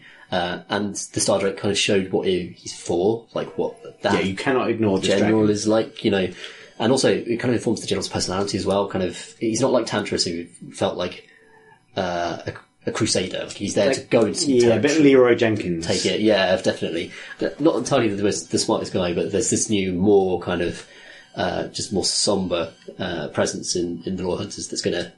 Like, these games always, for me, inform the story that follows. So, the Aquila and the Paladors now I've got a sense of what they're like and what they want to do. Yeah, and we said that this game will inform the next scenario we play. Yes. Which will be this is really interesting, because we're going to play, there's one from the Malign Sorcery book, where one player is channeling a spell in the middle and has to try and finish it. Yeah. And the other player has to kind of attack from all sides. Yeah. And the winner of this game is the one who has to be defending in the next one. So now that I've seized the power of the erratic ball, You've retrieved it from the Star Drake's arse and set it to its purpose. Star Drake to space, ball to me. That's a horrifying image. Yeah, I will. I'll be defending, which is interesting. Yeah, because it's like suddenly like a totally different type of game. Yeah, it's gonna be good. Cool. Great, and that was our first game of AOS 2.0. It was dramatic. It was good. The Beastmen beat up the Hammermen. They did. The Hammermen need to have a good long think back at home about what they're for now. So thank you, past Tom and Chris. I'm so confused now with the timeline, Chris. So when we left, so the listeners have just departed a timeline where I am very sorry for melting your dragon. I've gotten over it though, now in the future. Yeah. So a couple of days have passed. Yeah. By the time you listen to this, I'm more mellow about it. It's the same timeline in which the first half of this podcast just recorded. Yeah. So in this timeline, you're more mellow about it now. Well, I think it was very much a case that my Star Drake was actually literally invincible in every other respect than, you hit the only weakness he had, so. Which is being dragged into space by a big bird. Exactly, yeah. And I think the Castellan Star Drake combo is a bit silly still and probably needs One thing that's sort of interesting, maybe as a coda to the battle report, that, has come up since, we played that game is, I think it was the Six Nations tournament, which was happening kind of simultaneous with our game, where Star Drakes with Lens of Refraction have become a thing. That does not surprise me based on that artifact and how it performed. Super good. But also, and Zinch changed substantially, partly in reaction to the amount of, and this is very, very early days, amount of mortal wound saves going around. But also, it seemed like from what I was reading about how that tournament panned out, that Lords of Change have kind of emerged as kind of monster killers. That this is sort of what they're for. They die to a strong breeze or a group of archers that look at them the wrong way. They don't like combat, etc. But if you point them at your opponent's big single model, whether that's things that are very, very powerful in this edition, like a Lariel or a Star Drake or Nagash or Archaon or Croak, a Lord of Change is the big gun that lets you take that thing off the table in a single turn. And I think that's really interesting because you and I encounter that in the dynamic of like, this is my favorite model that I carry around in a shoebox like a puppy. Yeah, that's literally how I brought it. Don't carry a puppy around in a shoebox, everybody. When I brought the Star Drake over to Chris's place to play this game, I showed him the transport method, and it was like the start of Lady and the Tramp, where Lady's like in a little box and pops out, because I had like tea towels. And I'll put a picture in the show notes. Excellent. Yeah. It worked on the way here. Yeah. Wing broke on the way back. But there's a different, what I'm saying is there's a different, oh really? It's fine. Okay. Yeah, I fixed it. There's a different dynamic between I don't want to take off my friend's prize model in a single turn of magic nonsense. Which you could have done anytime. And we're playing in a tournament. Right. So this is the thing I brought this for, right? I paid 380 points on this Lord of Change, so I don't have to deal with this. Yeah. Yeah, need to unbind those mirrors as well. Yeah, you do. And I think that's the other thing is thinking about it. Like, I've been cooking up in my head some like absurd combos that are possible now. So there's a Tzeentch spell that was previously shit and is now good. And that for me is the mark of a good rule system, is when you go back. I reread the Tzeentch Battle Tome in the last couple of days and just like, holy shit, there are things here I never would have used because either the hero that they're good on isn't viable, because they'll never be. I'm talking about like hypothetical theory crafty competitive stuff, right? Yeah. Like, this hero is not good, so this artifact is moot, right? Whatever, right? Moot compared to taking Skyfires or whatever, right? To like, oh, there's loads of possibilities in this now. And one of them is a spell called, I think it's Arcane Sacrifice, where you deal D3 mortal wounds to a unit. Hero deals D3 mortal wounds to a unit. Then that hero gains an extra 9 inches to their casting range and +1 to cast for the rest until your next hero phase. So here's this. How's this for bullshit that I probably won't do to you, but I want to say it, so I don't have to do it. Let's do it. Because I'd rather say it now rather than do the battle report where you're sad about me doing this. Let's do it with words. Okay. All right. So, Gaunt Summoner with the +1 to cast from the familiar goes up on a Bellwind Vortex in my first turns. +6 inches. +6 inches to cast, right? So still on +1, right? Yeah. Then that Gaunt Summoner, that's a free spell cast, casts Arcane Sacrifice on a unit of Pink Horrors. Does D3 mortal wounds to the unit of Pink Horrors. Gains another 9 inches to cast and +1. So then that Gaunt Summoner casts Umbral Spell Portal at their own base to get the first one. But then the second spell portal, which would previously be 18 inches away, it can now be up to 31 inches away because it gets +6 and +9. Does the War Scroll not overrule the core rule there? No, because it never has for a Gaunt Summoner. Like, you just add the range. Because like with a lot of the end of spells, it'll say something like, so for Geminids, it'll say these two things have to be within 6 inches of each other. Yeah, it's not true for it's just, I guess maybe that's an interesting debate. I think that's where the TO might, yeah, this has been, that's an interesting point.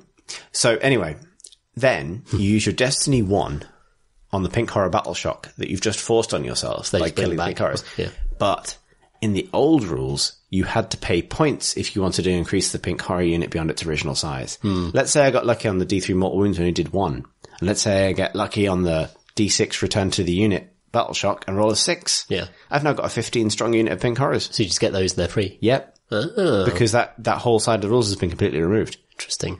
That's nonsense. Yeah, and you've got like this mega ranged spell portal. I get blue horror points when they die. That's true. So that gives you an even greater potential summoning pool. Yeah, exactly. In the future, which is pretty sweet. It exponentially increases the points value of my army. Nice. And that's just the magic of nonsense. That's just the nonsense of magic. The nonsense of Tzeentch.